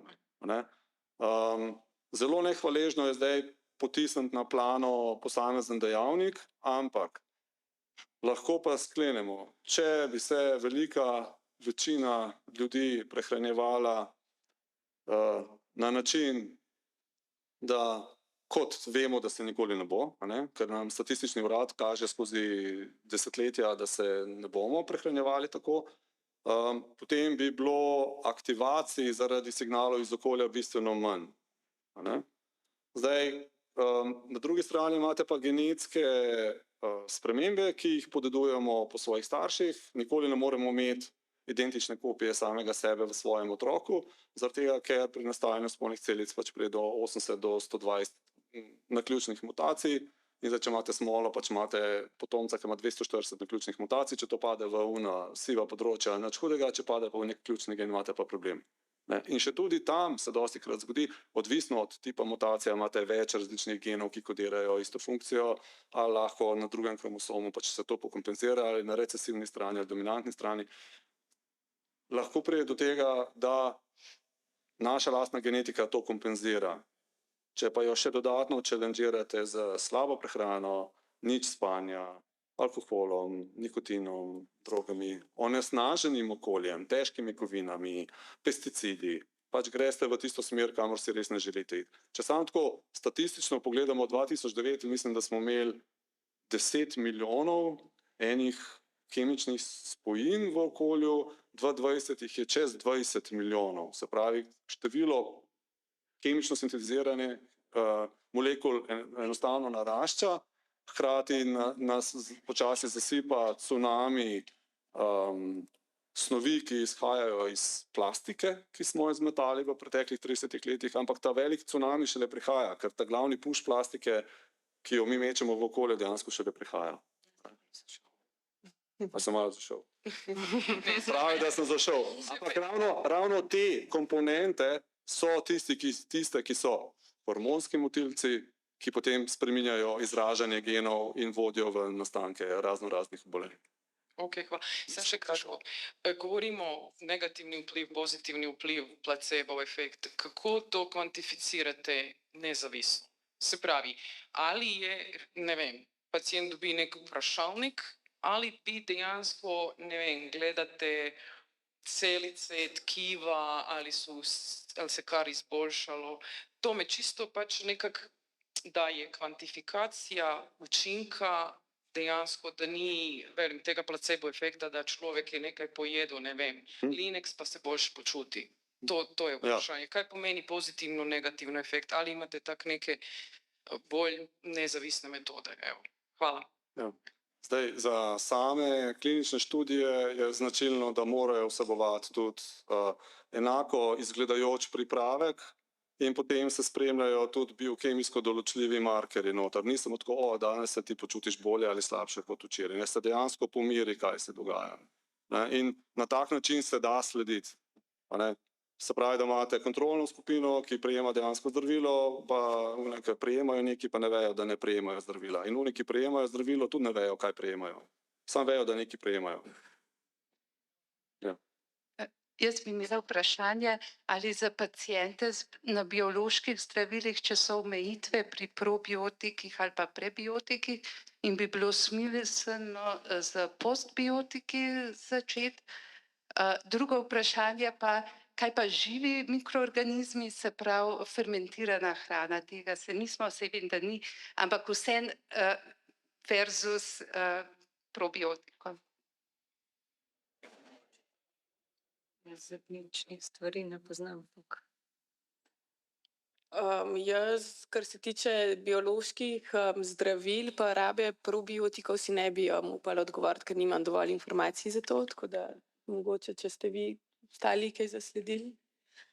Odvisno je po mojem, zakaj se jemljejo biološka zdravila. Če je osnovno stanje takšno, da je bolnik imunokompromitiran, potem je bolje ne imati živih mikroorganizmov in je bolje iti na mrtve pripravke, se pravi postbiotike ali pa prebiotike, ki v bistvu spodbujajo naše dobre bakterije. No, saj jaz imam Breda pri telefonu, moj sin ima Crohnovo bolezen in je na bioloških zdravilih. In smo v bistvu zelo zgubljeni. Ne vemo, kaj vpliva na to bolezen, naj to prehrana dodajamo ali katere dodatke jesti, katere vitamine jesti. Kje je to, a se da kakšna analiza narediti, kaj določen rab ali ne? Ne vem, malo, če imate kakšno usmeritev, a se da kje v tujini to narediti, kakšno raziskavo oziroma kam, kako vidite zdravljenje te bolezni v prihodnosti, no? Zdaj, pri nas na pediatriji te aktivne zagone bolezni zdravimo pač tudi s popolno enteralno prehrano, se pravi, da grejo pacienti za 6 tednov praktično v celoti, uživajo samo pač predpripravljene enteralne pripravke, pač to so taki napitki, ki vsebujejo vsa hranila, pač so popolna hrana na nek način, in potem po sklopu teh po 6 tednih, no, pa potem začnemo nazaj vključevati običajno hrano postopoma. In v teh 6 tednih veliko pacientov tudi doseže remisijo. Tako da mogoče tudi ta del odgovora. Zdaj raziskovalno vem, da so se tudi ukvarjali pri nas na pediatriji tudi z neko kombinacijo enteralne prehrane plus neke nizkovnetne diete, se temu reče. Tako da so tudi s tem dobili precej dobre rezultate in dosegli remisijo pri pacientih. Tako da, če še niste tega poskusili, bi lahko tudi s tem poskusili, no, ker pri nas so kar dobri rezultati. Zdaj, če je vaš sin odrasel, mislim, da bi se lahko tudi na dietetike v kliničnem centru obrnili in bi vam oni podali dodatna navodila, kako to izpeljati, no.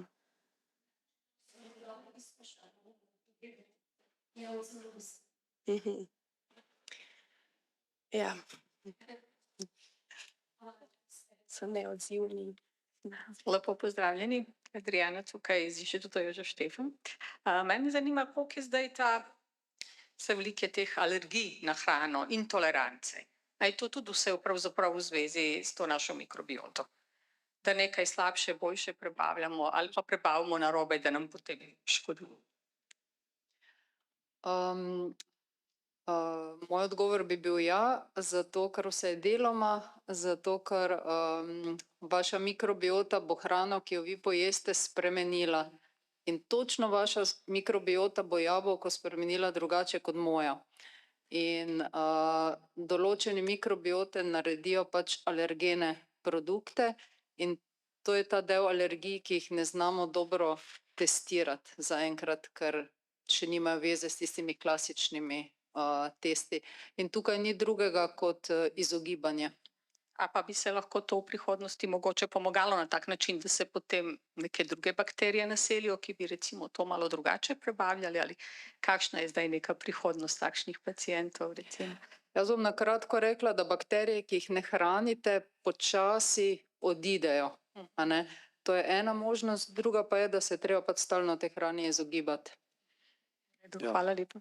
Jaz bi se tudi pridružil temu, kar je Maja rekla, in sicer tle bi dodal še en drug vidik, in sicer prehranske industrije. Če greste gledati, kako se je skozi desetletja, odkar smo prišli v Evropsko unijo, spreminjala predpriprava pšenične moke in kakšne nove podvrste ali pa sorte pšenice se uporabljajo in kako velik je del tržišča, ki je recimo brezglutenski. Potem pa ste ugotovili, da obstaja podvrsta industrije, ki gluten jemlje ven iz moke. Nenadoma imate pač ljudi, ki, vključno jaz sem pač tisti nesrečnik, ki ne morem jesti glutena. Ampak tega glutena ne vržejo stran. Gluten ima slovensko ime lepek. Zakaj? Zato, ker pač dela lepljivo moko in lahko imate strašno tanko testo in si naredite burek ali pa štrudel.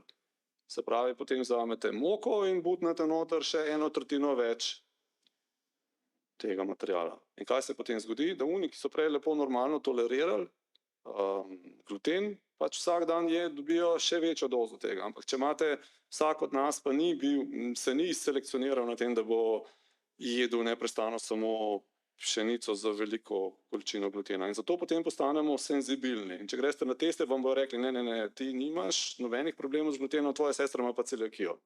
Ali pa nekaj takega. Ali pa za neko drugo bolezen, bodo rekli, ne? Ampak težava je v tem, da lahko ste senzibilizirani, ampak ta senzibiliziranost ni nič ena, ampak je v bistvu zelo širok razpon. In če ugotovite, da ničesar ne prenašate, se pač temu izognite, spremenite, ne skušate iti nazaj. Če vam pač en kroson dela probleme, pač ne jeste krosonov. Se pa zaradi tega boljše volje, zdravje, ne boli vas glava, nimate driske in pač tako živite. Oni, ki imajo celiakijo, morajo pač tako živeti. Oni, ki so diabetiki, morajo pa inzulin imati. Tako da za prihodnost, razen tipizirane prehrane, tehnoloških rešitev, mislim, da tudi na področju mikrobioma ne bomo mogli tega spremeniti ali pa tako usmerjati teh kemičnih reakcij, ki jih mikrobi delajo, ker je enostavno tudi preveč mikrobov v okolju, ki vsak dan pač, že ko govorimo, filtriramo zrak, na sluznico se nam lepijo, grejo v želodec in potem naprej. Jaz bi mogoče na tem mestu samo dodala še, da vse, mislim, da je fino, da ločujemo med celiakijo, kakor ste rekli, pa preobčutljivostjo na gluten. Samo pri celiakiji je potrebna res tista 100% brezglutenska prehrana, medtem pa pri preobčutljivosti, pa kakor smo rekli, pač lahko vseeno še uživamo gluten v nekih manjših dozah, pač odvisno od posameznika, zdaj, kje imamo težave. Ker pač kot klinični dietetik bi rada poudarila, da čim začnemo mi izključevati neko skupino živil ali pa določena živila, lahko hitro pride do nekih primanjkljajev v naši prehrani in je fino, da tega ne delamo brez pač nekega tehtnega razloga. Je pa tudi prav, da se poslušamo, kakor je omenil doktor Stres, in pač vseeno poslušamo svoje telo in gremo nekaj pač v tej smeri, samo ne pa pretiravati z izključevanjem živil, oziroma čim se poslužujemo neke diete, naj bo to pač nek tehten medicinski razlog v ozadju in takrat, ko gremo na neko dieto, dajte se posvetovati strokovnjaki, no, kot so pač klinični dietetiki, ravno zato, da ne bi prišlo do kakšnih primanjkljajev v prehrani. A to velja tudi za sladkor? Zdaj je zelo popularno izključevati sladkor iz hrane. Sladkor lahko brez težav izključite. Enako velja tudi za alkohol. In tisti, ki izključujete sladkor, prosim, ne preiti na umetna sladila, ker je to še slabše. Še eno vprašanje imam, in sicer kakšen bi bil pa vpliv gospodinjskih čistil na mikrobioto? Zdaj recimo govorimo o ostankih čistilnega sredstva na posodi ali pa cel kup takih možnosti je še, da vnesemo gospodinjska čistila v svoje telo. Čistila, mislim, da še nihče ni tako zares gledal, ker se pač ukvarjamo z vsem ostalim. Zdaj, čistila so detergenti, a ne? Detergenti niso zdravi ne za naše celice in posledično ne za mikroorganizme. Tako da jaz bi logično rekla, da prav dobro to vsekakor ne more biti. Ja, jaz bi tukaj se še samo malo navezal na te detergente. Mogoče se je bolj za vprašati, s koliko vode splakujemo svoje obleke, s koliko vode splakujemo svoje krožnike. Jaz sem bolj pristaš tega, da malo manj šparate na vodi, pa splakujete zares dobro, da grejo detergenti ven, pa da perete na čim višjih temperaturah. Ker ta drug vidik je pa ta, da tako v pralnih strojih in pomivalnih strojih, če bomo prali na energetsko najbolj učinkovitih programih, boste prišli v območje, znotraj katerega mikroorganizmi pač zelo udobno živijo, ne, tja do 60 stopinj. In potem boste imeli kakšne črne kvasovke, ki se bojo lepo razpasle vam po stanovanju, pa po drugih malce vlažnih prostorih, kar pa lahko enostavno rešite, tako da pač dvignete temperaturo in splaknete še enkrat posodo in ubijete 2 muhi na en mah. Boste imeli pač malo večji račun za vodo, sam pač ne živite zdaj v Palestini. Biti jaz Kemijski inštitut za dr. Perleca. Ta sintezno-biološki pristop pri spreminjanju probiotikov, zdaj tukaj prihajamo na področje zdaj gensko spremenjenih organizmov, ko pa ni nekot sebi dobro sprejeto v Evropski uniji. Kako pa se tega problema tukaj lotevate, glede na to, da potem so pa probiotiki, a je to potem kot zdravilo klasificirano, ali kako gre razvoj? Ja, to je vprašanje, ki nam ga zelo pogosto postavimo, tako da imamo neke odgovore na to. Ja, torej tako, ne, v Evropski uniji, ne, res je sprejemanje ljudi gensko spremenjenih organizmov zelo, zelo slabo, ampak mi ne ciljamo na področje prehrane, ampak na področje zdravila, ne, kjer pa se ti uporabljajo. Ne. Zdaj, prej, ko sem razlagal, ne, sem govoril o tem, ne, da so nekatere od teh aplikacij v kliničnih raziskavah, ne, torej te raziskave potekajo v sodelovanju med torej temi firmami, ki to izvajajo, in regulatornimi agencijami, in potrebno je seveda uvesti v te organizme neke varovalke, govorimo o njihovem omejevanju, torej preprečevanju njihove nenadzorovane širitve v okolje. In to na genetskem nivoju je to možno doseči in to so tudi regulatorne agencije nekako sprejele. To je nekako razrešeno, je pa to seveda vprašanje, ki se ga aktivno naslavlja pri razvoju teh bakterij.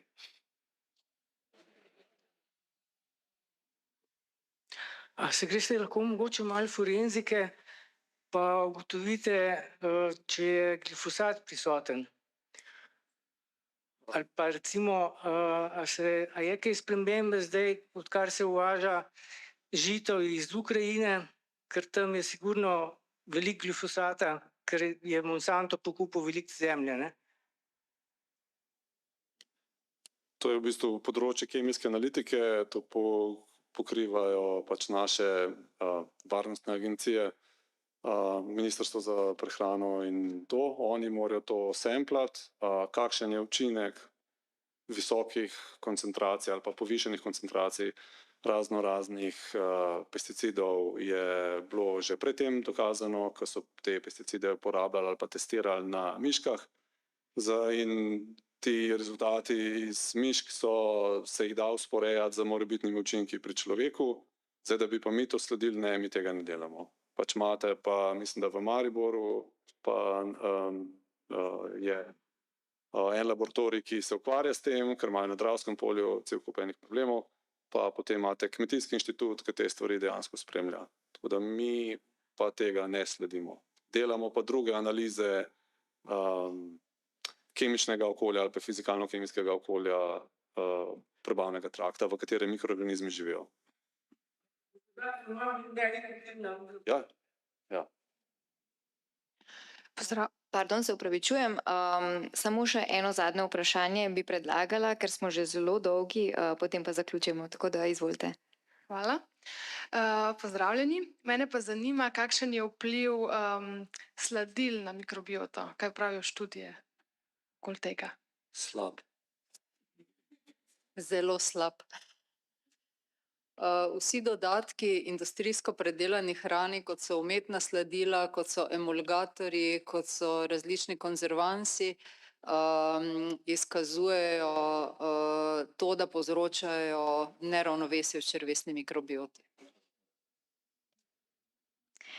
Najlepša hvala vsem za vse vaše odgovore, za vso to znanje, ki ste ga prelili v to dvorano. Če sem mislila, da nekaj vemo o mikrobioti, ker sem se zelo veliko pripravljala na tole okroglo mizo, zdaj vidim, da nisem imela pojma in da ostaja tudi še ogromno neodgovorjenih vprašanj in zanimivih tem, ki jih je še vredno odpreti, tako da res upam in se nadejam novih dogodkov na to temo.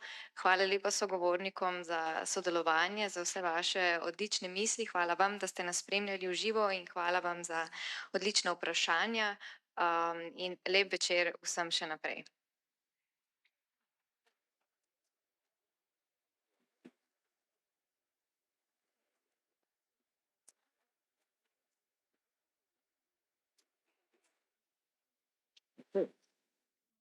Good to go.